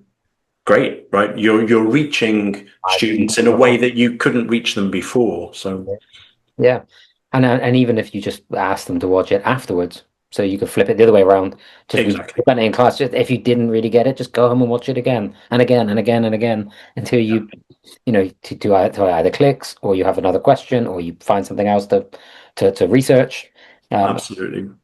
So it's Ola again. Ola's asking about something to do with your experience. She wants to know whether or not I think this is to do with you were mentioning about introverts. So, I mean, so you've been in a classroom for such a long time. I mean, have you got any really good examples of when, like, you've managed to really connect with introverts? Because we all have them. They're quite just called shy students, but there's a difference between shy students and introverted students. Yeah, I mean, actually, it is interesting. People never really believe me, but I'm interested in this because I'm actually, as a kid, I mean, I am still slightly introverted, but as a kid, I was the quiet one. I loved French and Spanish, and that's what I went on to study at university. But if you'd asked me to do speaking activities in the French classroom or the Spanish classroom, I was the one who would always like try and stay away. So I think that there are two things. One is like respecting, not putting people on the spot because, you, although we might want everybody to speak, including the quieter students, putting them on the spot is not usually the best way to do it. I think that's why that variety of sort of whole class, small group, pair work is for me the key. And those students, if they're next to somebody who is, with my students, they're 16, 17, 18, I get them to choose who they're sitting next to. As long as nothing goes wrong with those pairs, I won't separate them. But that, I think, if you're seeing a quiet student is talkative with their partner, that's kind of it. I don't need them to. I will say one thing though, even with my t-shirts activity, I make sure that everybody does that. Even the quietest ones. I mentioned the shyness and hiding behind your shirt, and it really works. Some of the shy students will kind of hold the shirt in front of their faces, but they will do it. But I wouldn't sort of let a student not do that activity because they're very shy. I would encourage them. I would speak to them. I would do whatever I could to. But it's a bit like being too talkative. If somebody doesn't join in at all, you've kind of got a bit of a problem going on as well, right? Because everybody in the class should be doing. If their presentation is shorter, if I help them, if I stand with them, if it makes them better, if they do it with their partner. But in other words, they should do the same as everybody else, just helping them and being sensitive to that.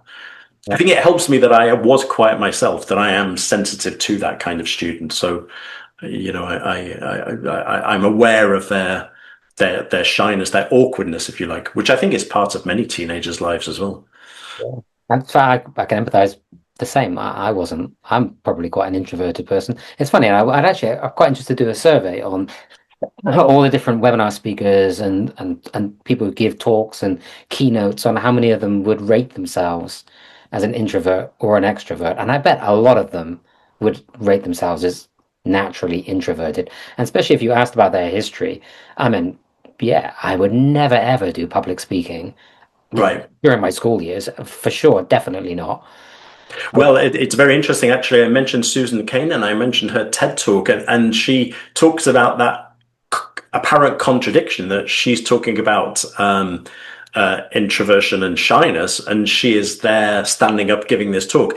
And in a way, I think what you're saying and how I feel even about giving talks is you just learn how to do it. And being a teacher, you sort of learn how to do that. If you are more introverted, say, than less, then you learn how to. You practice, which You is do, important, yeah. which is important in the language classroom anyway, right? If you want to master something, you And have in to. a way, it's actually a life skill. We talk about life skills, but actually, getting over that, because when you go to university, you'll probably have to work in a team and give a presentation. At work, you'll have to. My daughter is a little bit like me, and now she gives presentations and she gives talks. I've noticed that Ola is Like you, I hard to you don't believe, believe. but it is true. Yeah, I think that there's an element of that confidence grows. You push yourself each time. I mean, you don't start with a TED talk, right? You start with Exactly. just doing it in a classroom. And again, this is again the same skills that I think we keep. That they might be wrapped in different ways, but they are the same skill. Starting small, baby steps, Yeah, trying something one time, you grow your confidence, then you try that's it on a right. slightly bigger platform. Whether that's positive thinking or positive mindsets or helping in the community, whatever it is, public Well, I speaking. think this is where, again, the power of teachers, right? Because what we do is we build up our students' confidence little by little. And, talking today about mixed abilities, it's exactly that. Some students, you're building up that confidence so that they feel comfortable. Some students, it's reining them in a little bit because maybe they are being too loud, and you need to adjust. And again, it is the topic of the talk today, is like, as a teacher, it's kind of a difficult thing, but we're responding to, by the minute, we're responding to the different personalities Yeah, in our absolutely. class. Which is interesting because Kate in her talk used the word scaffolding, and what you're exactly saying is you're giving us examples of how to scaffold, right? That's right. These are scaffolding activities, and the importance of teachers in, like you say, and you're saying some need to be reined in. Some of them are just overcompensating. Yeah. They can be introverted, but pretend to be extroverted because they have fears. There's so many dynamics. And again, I'm stepping on my own toes, but No, I think that the teacher as psychologist, I think that is a part of our job. I'm sure people in the chat box would say they would probably agree with me. I think that part of teaching is very much about understanding the individuals in your class and being sensitive to them and trying to help them as best as you can, which is difficult when you've got 25, 30. Very, yeah. But that's the Now, challenge. That now you're stepping on my toes. right? Okay. In that No, case, no, no, you know, I'm kidding. I'm kidding. But to be fair, I'm not really sure I'm not sure how to follow these two great talks, but hopefully people will stick with us. Dave, thank you as thanks always. so much. It's always a pleasure to work together. It's always a pleasure to have you with us. We are looking forward, fingers crossed, to more face to face. I know how much you like to come and spend time with us. We love having you, and we are looking forward to planning something with you, hopefully in the next year. So That would be amazing. Yeah, you know that you never have to convince me to visit your wonderful countries. So yeah, whenever. amazing. Great. We'll look forward to it. Brilliant. Thanks so Thanks a much. lot. Thanks to everybody. Thank you. Enjoy your evening, and we'll see you soon. Thank you. So big thanks to the two amazing speakers that we've had so far. Good. Yes, people are with us still. And hopefully you'll stick around with us for another 45 minutes-ish.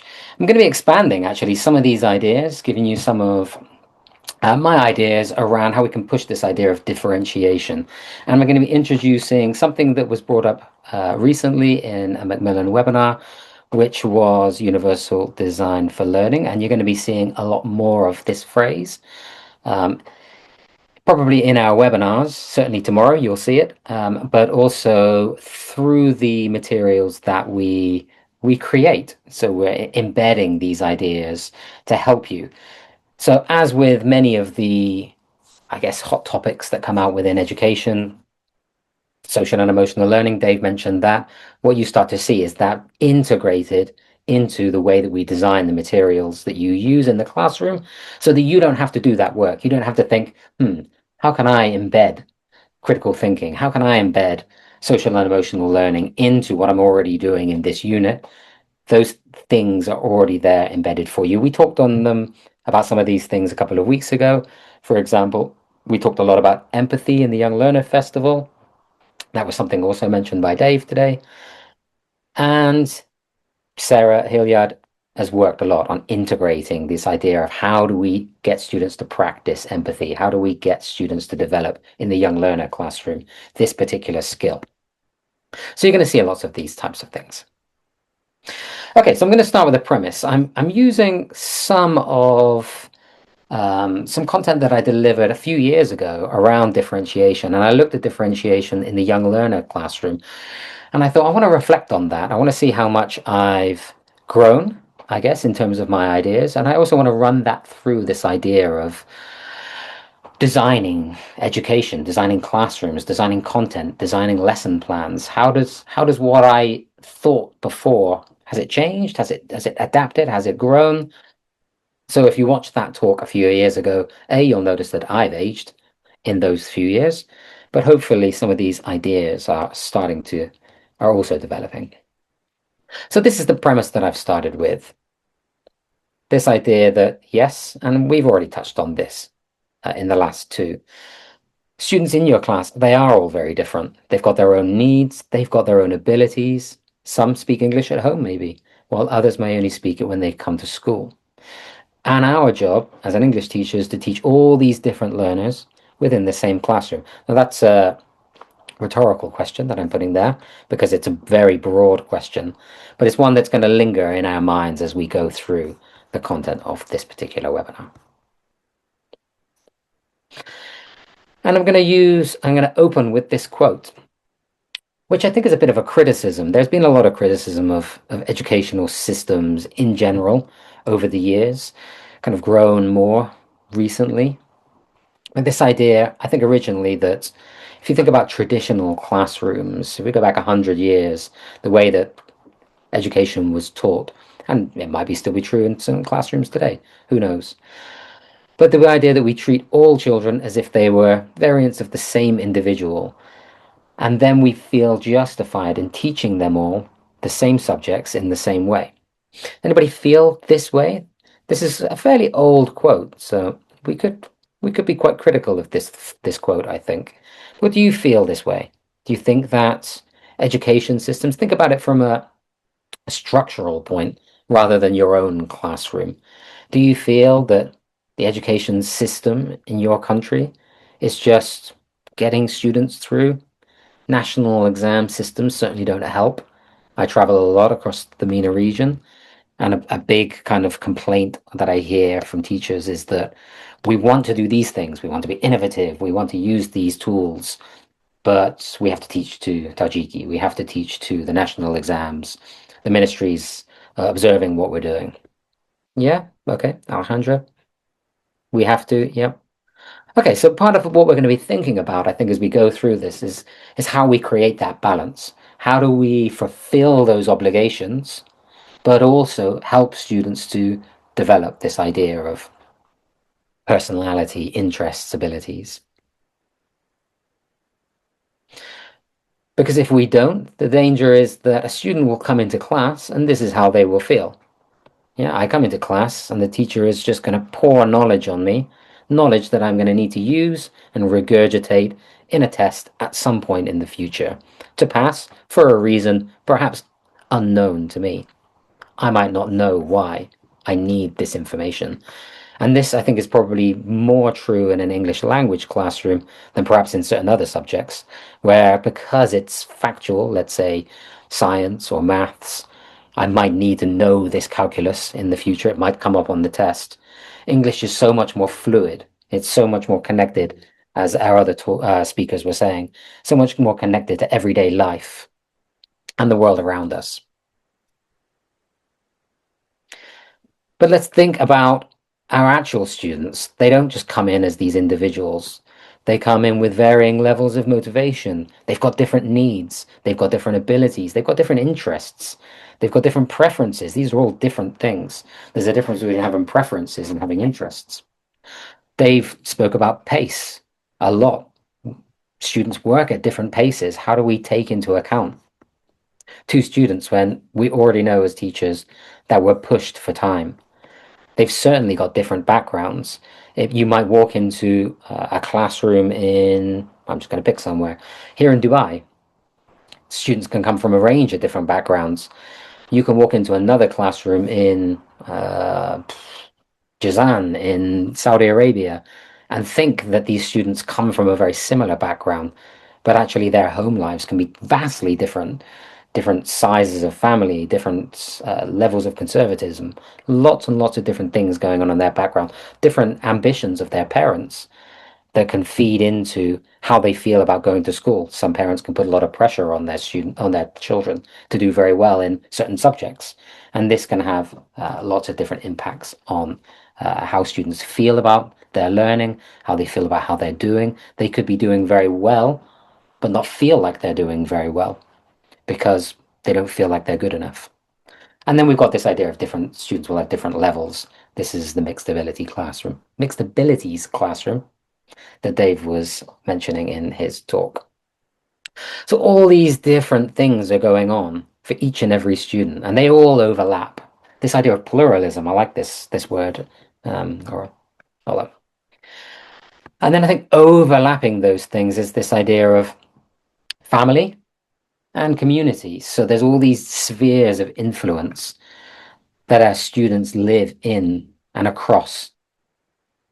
Influence from family members, I just mentioned, but influence across peer groups. Some students exist within one certain type of peer group. Some straddle different peer groups, and they have different push and pull factors, I think. And then you've got the community that they live in. What kinds of community do they live in? How does class play into that? How does, I don't know, poverty? How does ambition feature in that particular type of community? What are people interested in? How has that changed over time? All of these types of questions we can ask ourselves. And once we start doing that, we start to see, I think, our classroom and the students within our classroom as something richer than just a group of students who have to come to school. And I mention all of these things because I think a key word within all of this is this idea of belonging. And belonging is a feeling that's personal to us, feeling like you belong. You can make people feel like they belong. You can be welcoming If a new student comes to your school, you can welcome that student in, but at what point do they feel a sense of belonging? And where is that tipping point? How do we identify that? How do we get inside the mindset? And that will be different for different people, I think, as well. But this is where we're going to come into this particular type of talk around differentiation, design for learning. It's all based on, I'm not going to say a student-centered approach. I'm going to say it's a human-centered approach. Starts with the student, not the curriculum. And to emphasize that, I'm using this quote by Jeremy Harmer, who was mentioned earlier. The classes with good rapport, anything is possible because students believe their teacher is a good teacher. And this is a powerful perspective for the students. And rapport is something we build over time. It takes time, it takes trust, it takes respect, that's a two-way street, working with your students.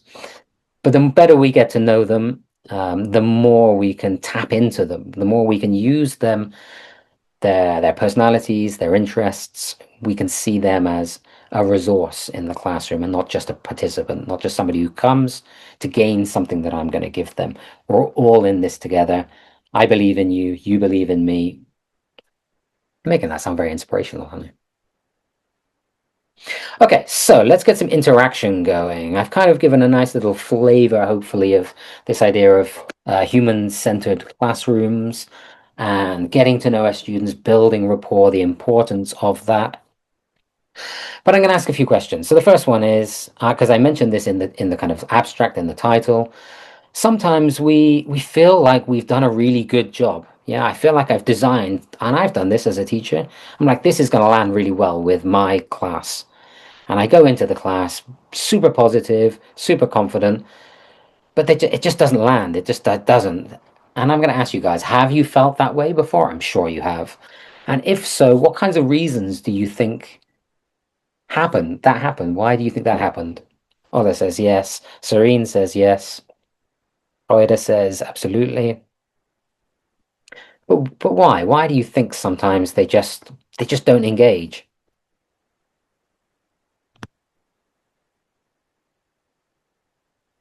I'm gonna give everybody a couple of seconds because you might want to write something.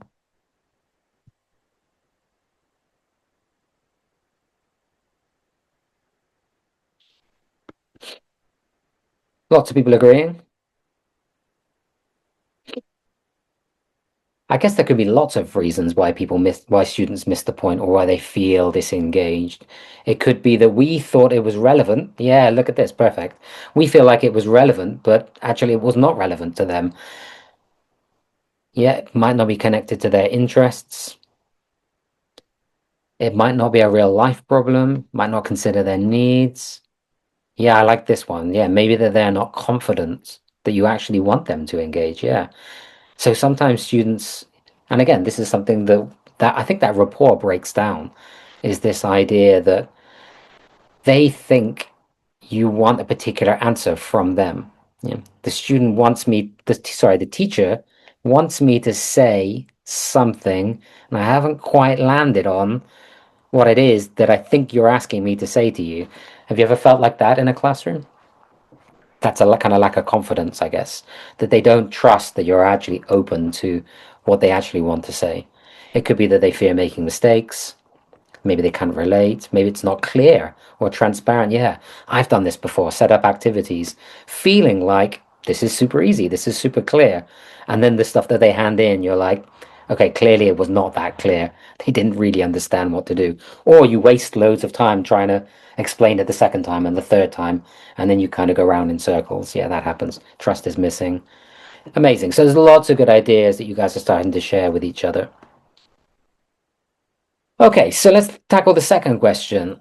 Actually, I think we kind of tackled this in the first one a little bit. What do you think it's like to be a teen in today's world? I guess maybe let's expand that question. Do you think it's harder to be a teenager in 2025 than it was to be a teenager in 1925?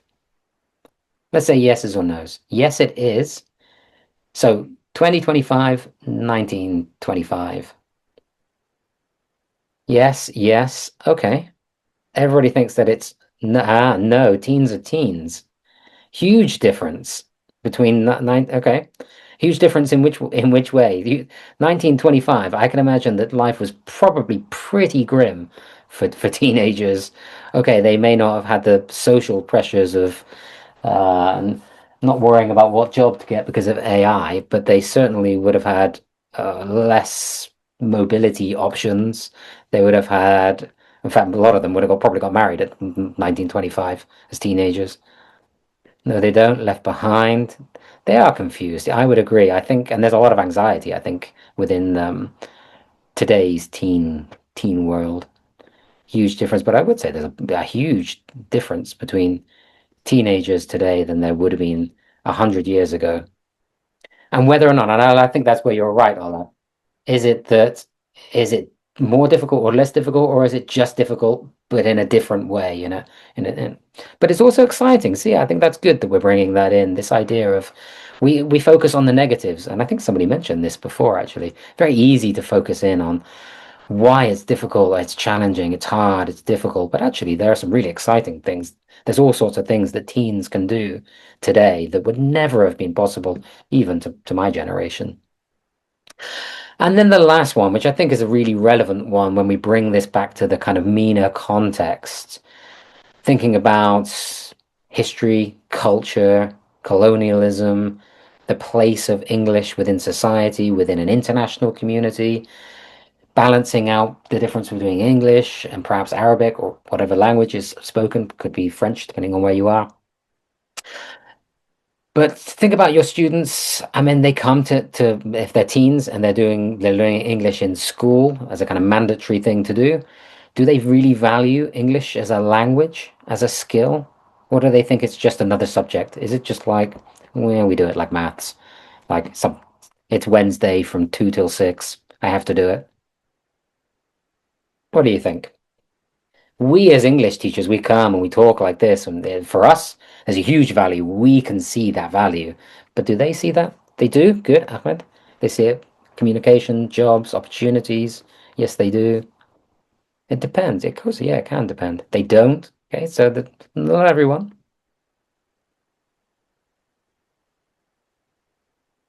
Okay, good. Most of your students do speak English outside of the classroom. Good. Again, it depends very much where they are, what their ambitions are. Okay, great, nice. So it's nice to think about these, and there's lots of different, there's a swirl of information here about how we can interact with these types of questions. So let's look at differentiation. Dave was talking a lot about differentiation before. And to start this off, I'm going to ask a very simple question. When you hear this word, what's the first thing that comes to your mind when you hear the word differentiation in a learning context? If I wasn't working in education, I was in this webinar and I said, I've never heard this word. What is differentiation? What's the first thing that comes to mind? Okay, differentiate strategies of teaching, that students aren't the same, they learn differently, reactions, different personalities, abilities, different needs, different learning styles, backgrounds, how as a teacher I might address that, similarities and differences. I mean, these are the same, variety, abilities, culture.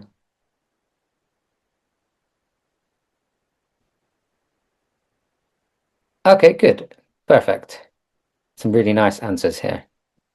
Good to kind of understand how people kind of view it, because even for us as a group, we're a group of 100 and so teachers, we all see this word, we all see and interact with differentiation. We all do it probably in many, many different ways in the teaching that we do in our classrooms, different ways of thinking, yeah, adapting.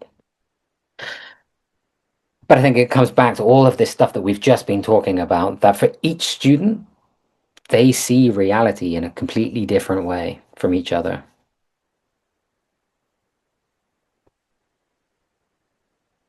Okay, so I think some of you have started to kind of answer the next part. How are you guys differentiating already? What kinds of things do you actually do? We've kind of thought about this as a kind of as a definition. It's about, differentiating for abilities. It could be different interests. What kinds of things? Has anybody got any tried and tested ways. You're like, I do this differentiation activity and it really works with my students. Intentionally modifying teaching, readiness levels, interest levels. Yep, good. And I think perhaps a follow-up question to that is, if we think about teaching English, there are obviously different skills that we teach. Do you find certain skills easier to differentiate than others?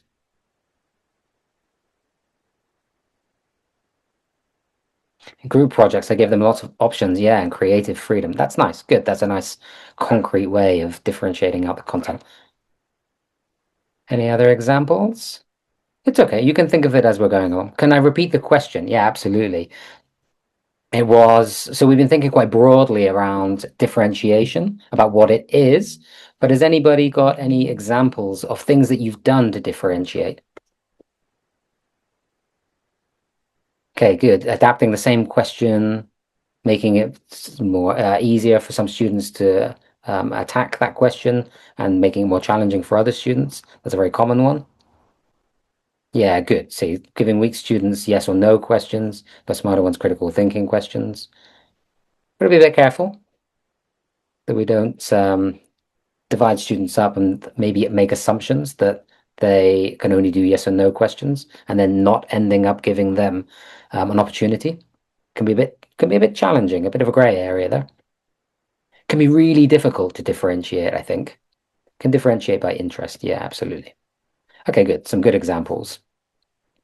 And a few here about what differentiation is compared to what it isn't. So it is proactive planning by the teacher, using a variety of approaches. So being quite flexible in the way that we set up groupings, adjusting the nature of our tasks. Quite a few people mentioned this.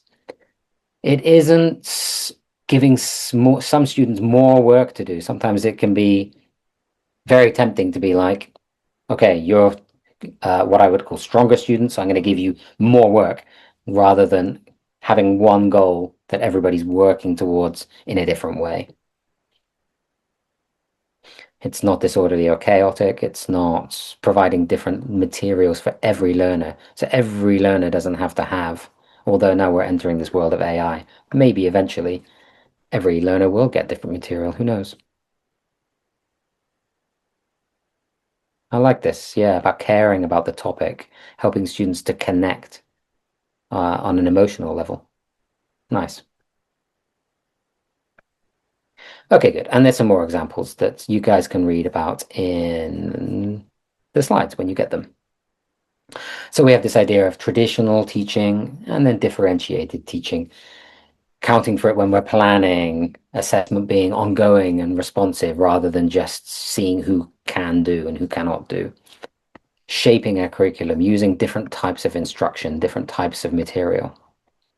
Learning is student-centered, flexible, according to readiness. There's this idea of the Vygotsky's zone of proximal development, yeah? Pitching something just above the level of somebody's capability. So you're always making them reach slightly higher. It's not too easy. We're in our comfort zone and we zone out because it's too easy for us, or too difficult and we switch off because we're never going to be able to overcome that hurdle. Pitching it just at that right level, but always basing it on a growth mindset that our students can, that they have the ability to be able to progress. And Dave mentioned this a lot. It might just be a little bit. It might just be that you've got them to speak with a partner. This is progress, yeah? It's working on this idea of they can, rather than, well, I've never heard them talk and they don't want to talk to anyone. So what I'll do is I'll just kind of push them to the side of the classroom and focus on this group of students who are doing the work. It's breaking that down. Good. Using graded readers is super helpful. Yeah, I like that. That's nice as well. Graded readers are great for that. And you may have seen a diagram a little bit like this before, that we're not, as we mentioned before, just pouring knowledge on. We're working on this idea of metacognition, meta learning, building character. This is what Kate was talking a lot about at the very beginning. How do we behave and engage in the world around us? And there are skills that we develop to be able to do that. 2 weeks ago in the Young Learners Festival, we were talking about curiosity. We were talking about resilience. We were talking about empathy. all of these character building skills that we help students with. And then we've got skills. Somebody in the chat box mentioned critical thinking, giving them critical thinking activities. And this is why we're saying it's a bit of a gray area, just giving them yes or no. Because if you think about that taxonomy, you could pitch different levels to different students depending on where they are and how they're responding to a particular activity. So it's very easy just to give students a remember, but actually we could get them to evaluate while other students are doing a create type of activity. So we could use that even to start to differentiate out activities that we're doing with our students, even in a level like critical thinking.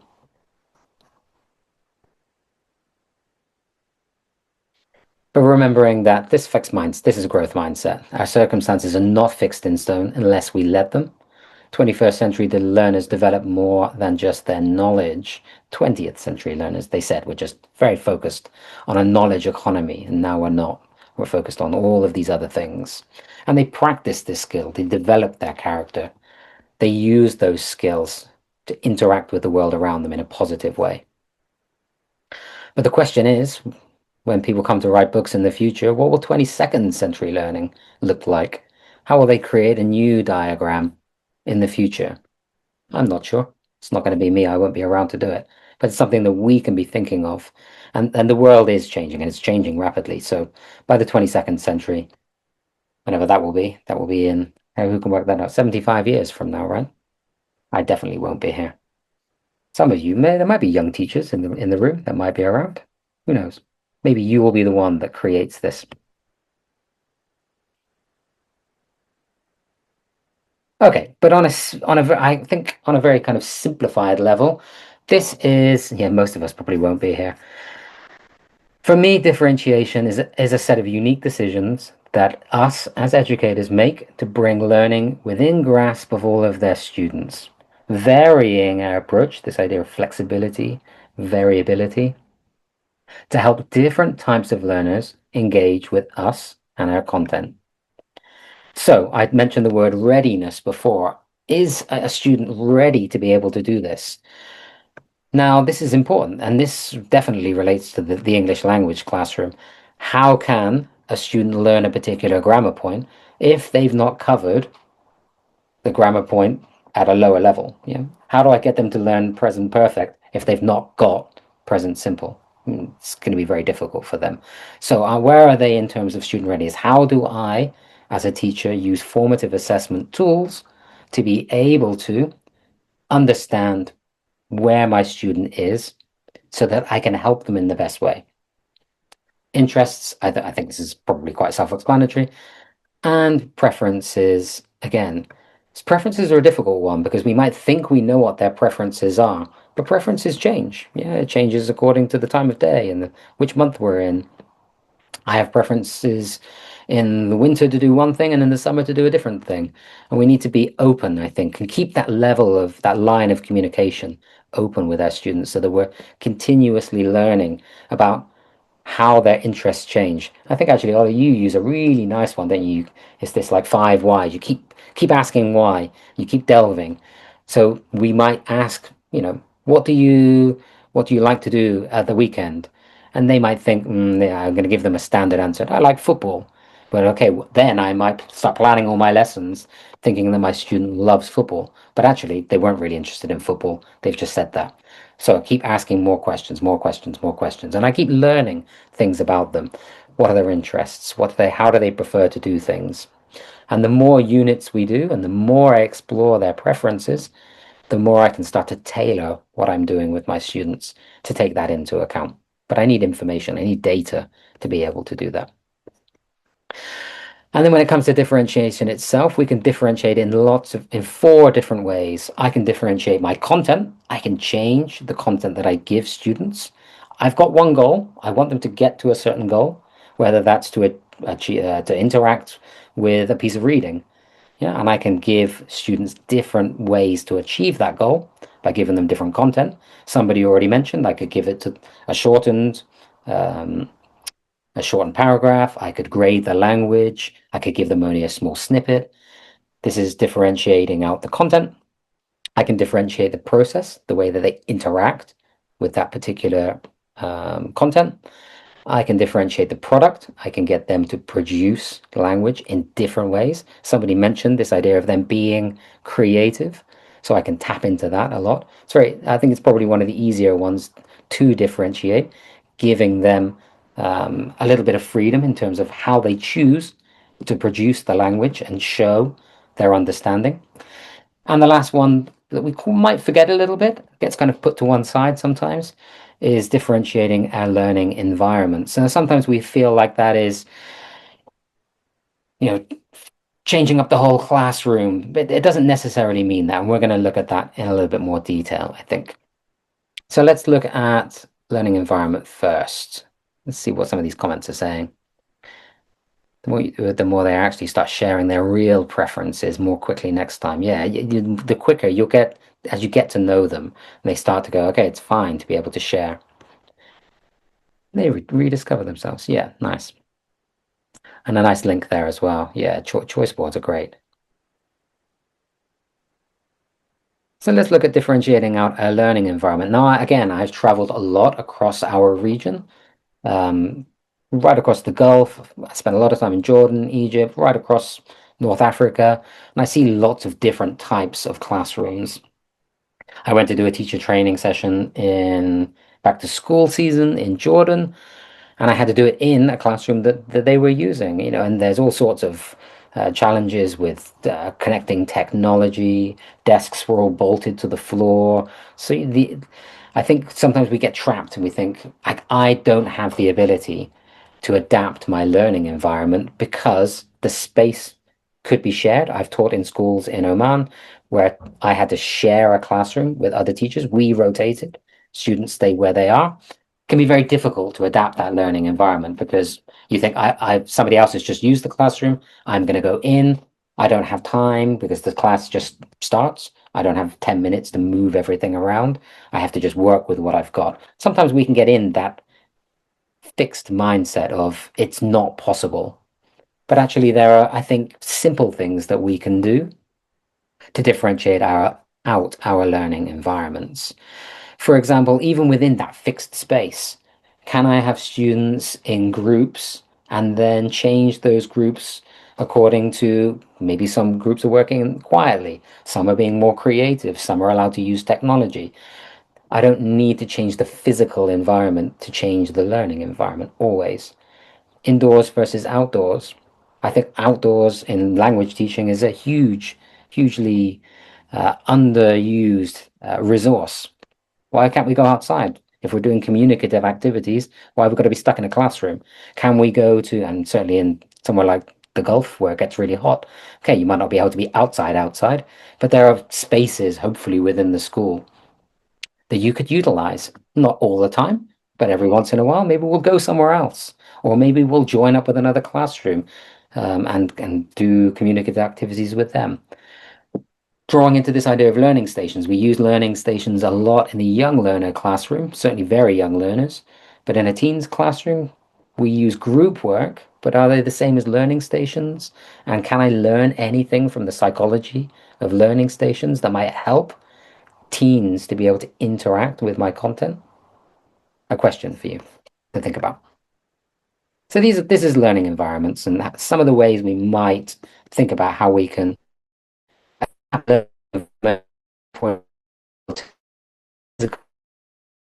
yeah, free reading in the ground. Even a walk and talk. Think about things that we do in the social world outside of work. How can we borrow some of those ideas? Some of the things that we actually like to do. People like to do in Dubai at the weekend. They had the big charity run, where people go and they run and they talk and they dress up. They do all sorts of things. How do I use some of those things that we use in the everyday world to inspire my students to interact in a certain way? Okay, you guys are just going to take a walk and talk about the topic that we're doing.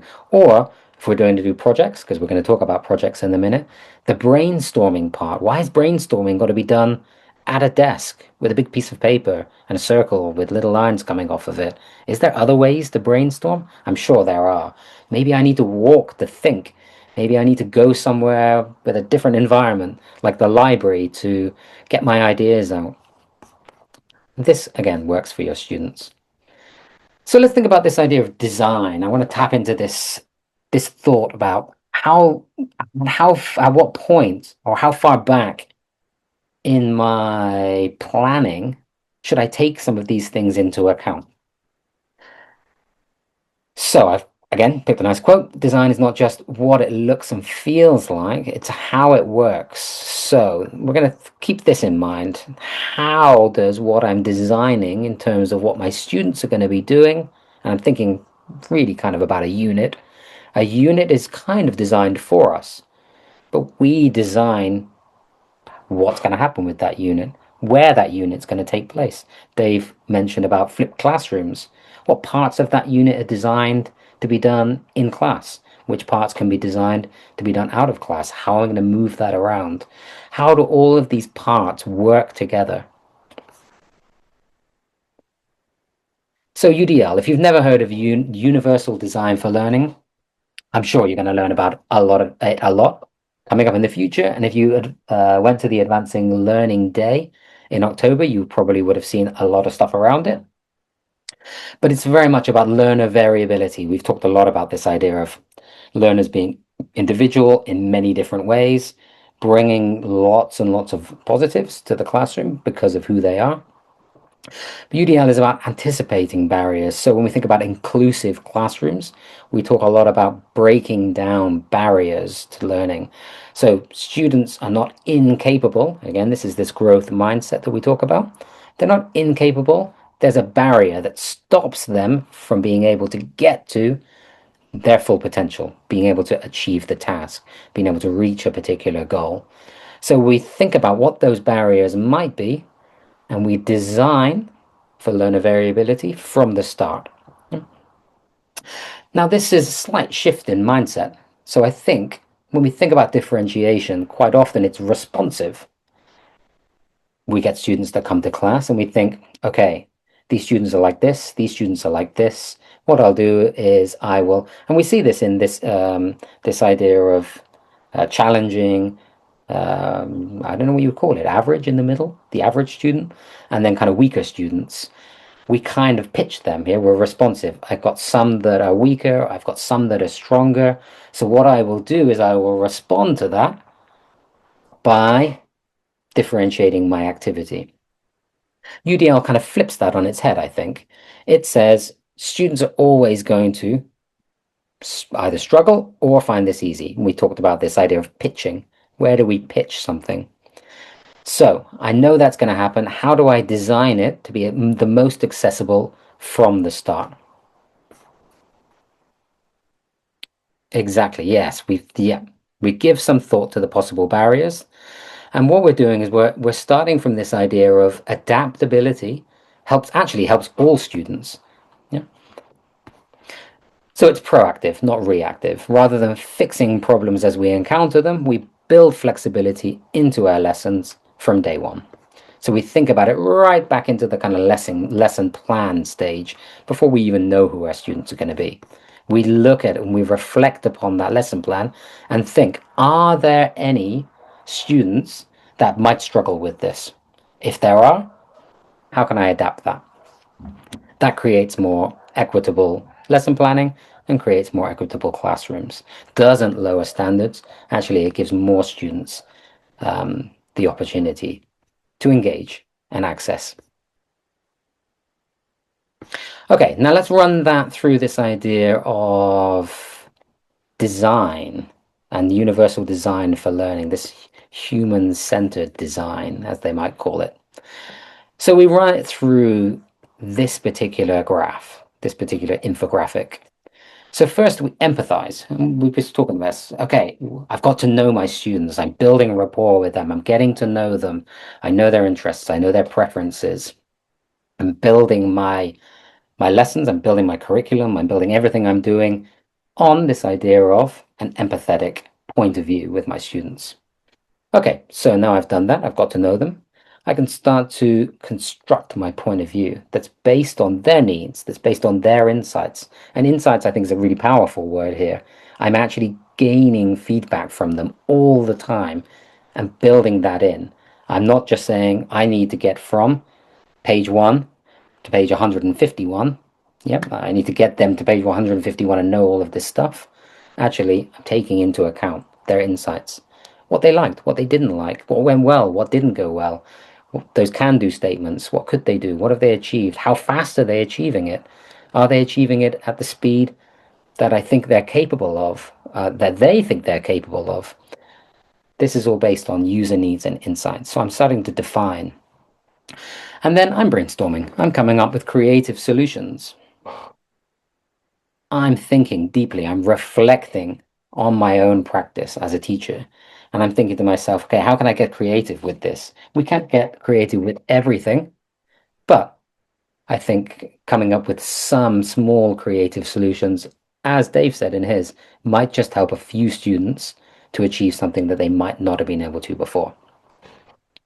And then we present them to the class. This is more generally in terms of education, but if I think about this in terms of my own teaching, I would then present this in my lesson plans and in my actual teaching, and I would try it out. Yeah, you try things, you then change things, you get feedback, and you keep building that loop.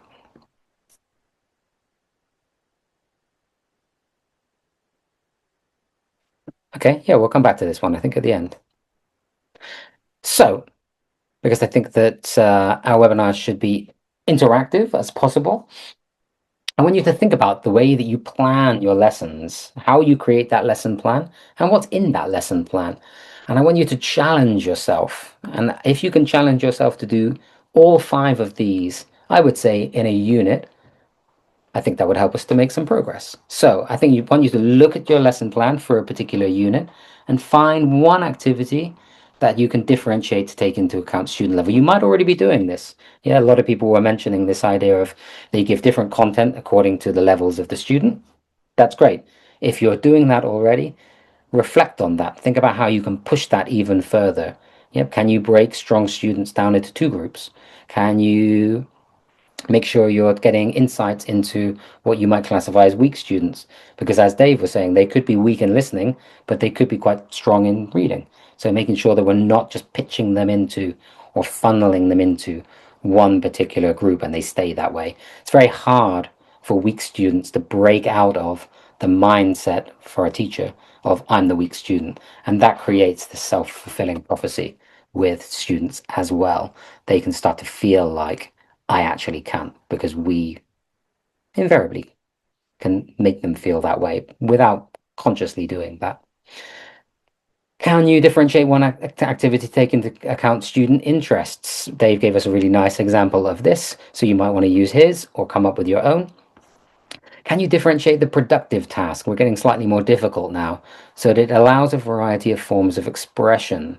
So we don't want 35 identical pieces of writing written in different ways. We want them to give them different ways to express the content from that unit that they have learned. So what vocabulary did they learn? Which grammar point did they learn? What skills have they been practicing? But what is the final task? Can they as students come up with a way that they would like to express it? It could be, we saw poetry in Kate's talk. It could be role play. It could be writing. It could be something to do with technology. There are lots of different ways, and this is why I like projects, as we'll come to see.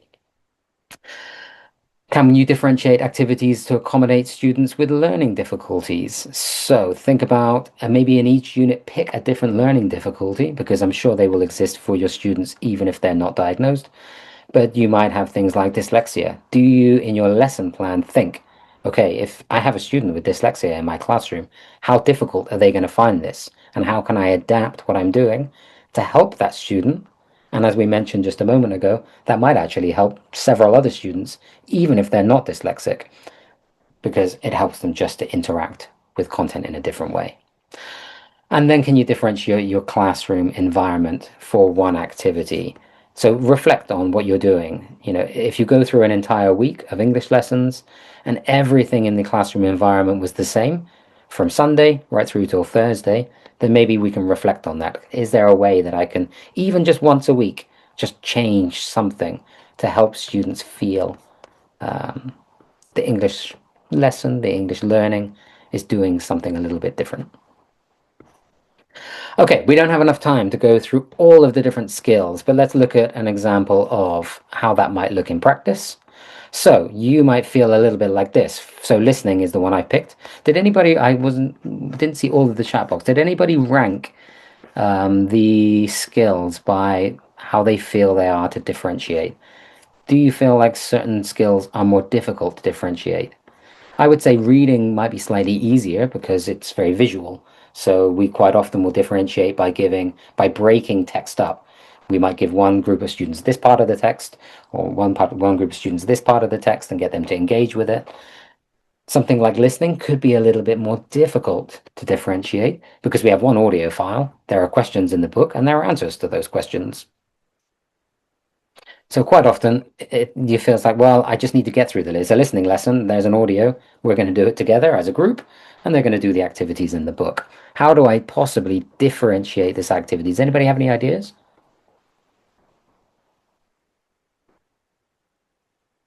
Speed, yeah, speed. Okay. Times 2, times 4, times 8. I don't think you mean it that way, do you? We can differentiate, but it could be. Some students might prefer to listen to it on times 2. I don't know. I know certainly there's lots of people in the real world being outside of the classroom, that do like to listen to things in times 2. Differentiate the task needed after the listening. We could set prediction. I like that one. Prediction tasks are very nice. Yep. We could add visuals. Yeah. Yeah, we could turn it into not just a listening, but something they have to view as well, a viewing activity. We've got scripts that we can definitely use. Yeah. Raising the schemata. These are nice ideas.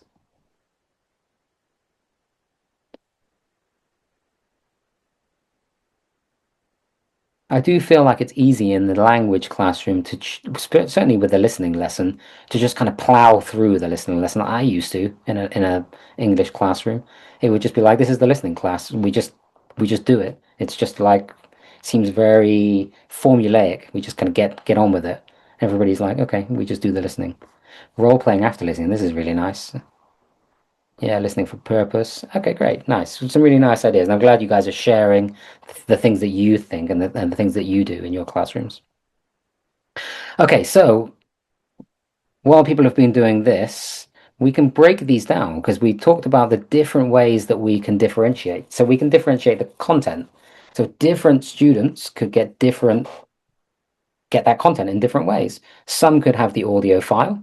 Yeah, they could be listening on headphones. Does everybody need to listen to it out loud? Or can some of them listen to it on headphones if they want to? Somebody mentioned about visual. So is there a video file? Certainly in most course books these days, the audio is perhaps connected, or the listening activity is connected to a video as well. It could be an animation. It could be for teens, there's lots of kind of real world videos that they get to watch. But some you could break the class up. So some of them could be watching the video and some of them could be listening to the audio file. And then you could pair them up together to see whether or not they understood, based on the content, the same things. Because when you watch something and when you just listen to something on your headphones, you understand it in a totally different way. Some of them could just be given the audio script. So when you read something, you get to extract more information. Yeah. And also your brain works in a different way. You imagine what's happening without seeing it. So if somebody has the audio script and they read the script, or maybe in a pairs, you put them in pairs, you guys have the audio script and they work through it and then they answer a few questions or they do an activity. And then you pair that pair with a pair that you watched the video file and see whether or not they saw it in the same way. I think you'll find that actually they see it in completely different ways. So we can differentiate the content even from a listening activity. The process, I think somebody mentioned this in the chat box, which is great. Some students could be listening for gist and some could be listening for detail. In Unit 2, this group of students can be listening for gist and this group of students can be listening for detail. And then in Unit 3, I'll flip those groups. And then this group is now listening for detail, and this group is now listening for gist. So it kind of addresses a question that I saw earlier in the chat box about what happens when you differentiate, and some students question that. They say, well, why are they doing that and I'm doing this? And I would say as a teacher, you know what? I mix it up. This time you're doing this, and next time you'll get to do that. And I guess that experience for me comes from doing very young learner classrooms where you do have learning stations and students move around a lot and do lots of different types of activities, and they don't always do the same thing at the same time. So you get to this idea of actually we're doing things, and this week you're doing it like this, and next week you'll get to do what those guys are doing, and then students start to understand that there's a purpose behind that. And then we can differentiate even in a listening activity, the product, how they're going to produce at the end. So quite often we'll just get them to do gap fills or something from the book. But do they have to just write? Again, sometimes we ask them to listen and tick things or circle things or cross things. But can they listen and speak? Can there be a response? Or can they draw something? Or can you come up with other ideas about things that they could do to interact with the activities, the listening activities, in a slightly different way? So these are some examples, and we could do this same activity reflecting on reading, on writing, and on speaking as well, running it through this idea of this lens of content, changing the content, giving students different things to interact with, process how they're doing that, and also this idea of production as well. And then, of course, we mentioned, because both Get Involved and Gateway to the World, which are our two, at the moment, flagship secondary course books, they both use project work a lot. So, and I love seeing the projects that run through it. And I think they're really popular with teen learners because they give them such an opportunity to add personality, I think, into the activities that they're doing. So, for example, we've got this project, B1 level. Students are perfectly capable at that level and this age group to be able to do this. So the question is, how can travel help us to learn about the world?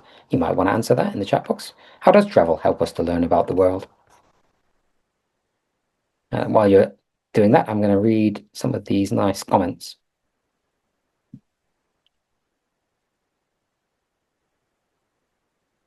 Yeah, good. I like this. This is from Evelyn, but it was just to the hosts and the panelists about metacognition, helping students to learn how to learn, helping them to understand the way that they take in information, how to study better on their own, creating autonomous, independent learning. Yeah, I love it. Great. And hopefully a lot of these things will help with that as well. Hopefully these ideas help. Okay, good. Learning about others, experiential. I love it. I love experiential learning. Great. Identifying different places and peoples, experiencing culture. Yeah, there's a difference between reading about culture and actually physically being there and learning, experiencing it. Acquiring knowledge. Yeah, diverse mindsets. Okay, great. Oops, I went too far then. Where do we go? Okay, great. Now, so I'm going to think about this in terms of a project. So there's a project that I'm going to use as an example. But what I want to do is not think about that project as something more than just a really creative way to get students to interact with my content. Yes, projects are great for that because they help with creativity. They help with those collaboration, all those kind of 4Cs. They really help with. But I'm going to push myself to think about how I designed that project. It's designed for me again on the page. It's designed to help students. It scaffolds them by giving them steps to work through the project, which is great. It gives them an opportunity to use and practice those skills. Great. But in its design, is it designed to be differentiated in the first place from a design concept? So can I think about it in terms of content, process, and product? Because there are lots of opportunities. Yeah, certainly multimodal input. Yeah, there's lots of things that they can do. They can do their own research. They can express themselves through all sorts of different types of modes. They can create podcasts and all this type of stuff. It's a little bit blurry on the screen, actually, but this is the project. It's about how travel helps us to learn. So creating an itinerary, which I think is nice in itself. But again, it's very easy to assume. For me, I like traveling, so I might assume that this might be interesting for students, creating an itinerary about traveling around the world and what you might learn in different places. Now, to me, as an adult, I might think that's incredibly motivating, but my students might not care about the UK or Turkey or Mexico. I need to tap into that. I need to understand where they are. But there's lots of opportunities for me within this project. And as I mentioned, look, it breaks it down. It gives them a model. It helps them to plan. It helps them to work together. They get to brainstorm. And then they get to actually create something. Yeah. Now in this, it says work in pairs, read the tips, and practice saying the key phrases with a partner. Yep. So they need to create a dialogue is the task. And they also, an important part of projects is reflecting on that project, reflecting on the different parts and who did what, and how we can improve on that in the future. So in terms of the structure, again, depending on whether students are older or younger, I might need to simplify how they work their way through the steps of a project. Slightly younger students, maybe they might just need to prepare and then execute, present, and then reflect. If they're older, they might be able to do more collaboration. They might be able to do more expression. They might be able to give more choices, this type of thing. But I really want to think about, and I want us to push ourselves. And if you're using projects in the classroom, or if, and maybe if you're not using projects, but you want to start using projects, think about that project and think about how you can make it more inclusive for students by running it through those differentiation categories. Can I differentiate the product? Do they all need to do the same thing? Do they need to interact with the project in the same way? Can I differentiate the process? Do they all need to work through the project at the same pace? Or can I give some of them the project earlier than others? Yeah, maybe I could give it some of them a week before, or maybe I could give it to them at the beginning of the unit and say, you're going to be working towards this. Lots of different options, I think, about how we might do that. Could they change the task? Can they come up with their own ideas? And you can come up with some as well. So we talked a lot about reflection. We've talked a lot about planning with purpose and designing our lessons, designing our content, pitching our content, getting to know our students. All of these things, I think, interact together. But this is a kind of flavor. I've kind of come to the end of, I think, probably quite a heavy session in the end. I wasn't intending for it to be quite so heavy, but hopefully you guys have enjoyed thinking about how we design our lessons, how we design our units, and then we think about that design from the perspective of this learner variability and student difference, and then think about how we can structure that out and think of it through this lens of process, product, and the other one. Thank you so much, everybody. I hope you found that interesting. That brings us to the end of the first day of the MENA Teen Learners Festival. We've been talking today a lot. I mean, there's been so much about differentiation, student involvement. There's been some great stuff around tapping into the mindset of students, certainly when they're at this age, the challenges that they're facing, both internally and externally. And then how our classrooms are all different in terms of mixed abilities. Lots of different things that we've covered. Hopefully it's been, as somebody said, informative and fruitful. That's nice. We're going to be back again tomorrow, thinking about design thinking and skills that students are going to be learning to make sure that they don't feel this sense of anxiety. Lots of things around social media and how that influences students, how they interact with it. Is it a positive in the classroom or a negative in the classroom? Can we utilize it? I think this is going to be addressed tomorrow. And lastly, how do we address this idea of digital wellness? I think there is lots of evidence that teens these days perhaps don't feel as good as we would like them to feel, and digital interactions are probably feeding into that a lot. So how do we help them to develop their own wellness? How do we get them to be conscious of that? What steps can they take? So that's tomorrow. And I think there's going to be a QR code, so just hang on for that. I think somebody also put it in the chat box, which is great. Thank you so much. I will send out as soon as I possibly can the certificate of attendance for today. It's already made, as you can see. I just need to download everything from Zoom. If it's not problematic, hopefully it will be in the next few days or early next week. It's a public holiday for me in the next few days, but I will get it out as soon as I can. And connected to that, I will send out the goodie bag as well with anything related to today's session that I can think of. And some people mentioned some really nice things at the beginning about the type of topics and things that you would like to see in 2026. I will also put that in the follow-up email. Just click on the feedback form and just tell me what it is you would like us to do, us to focus on next year. I will send out the certificate. I will send an email. I have to download everybody who attended, and I will send an email to everybody. So don't worry, Dr. Norhan, I will send them out.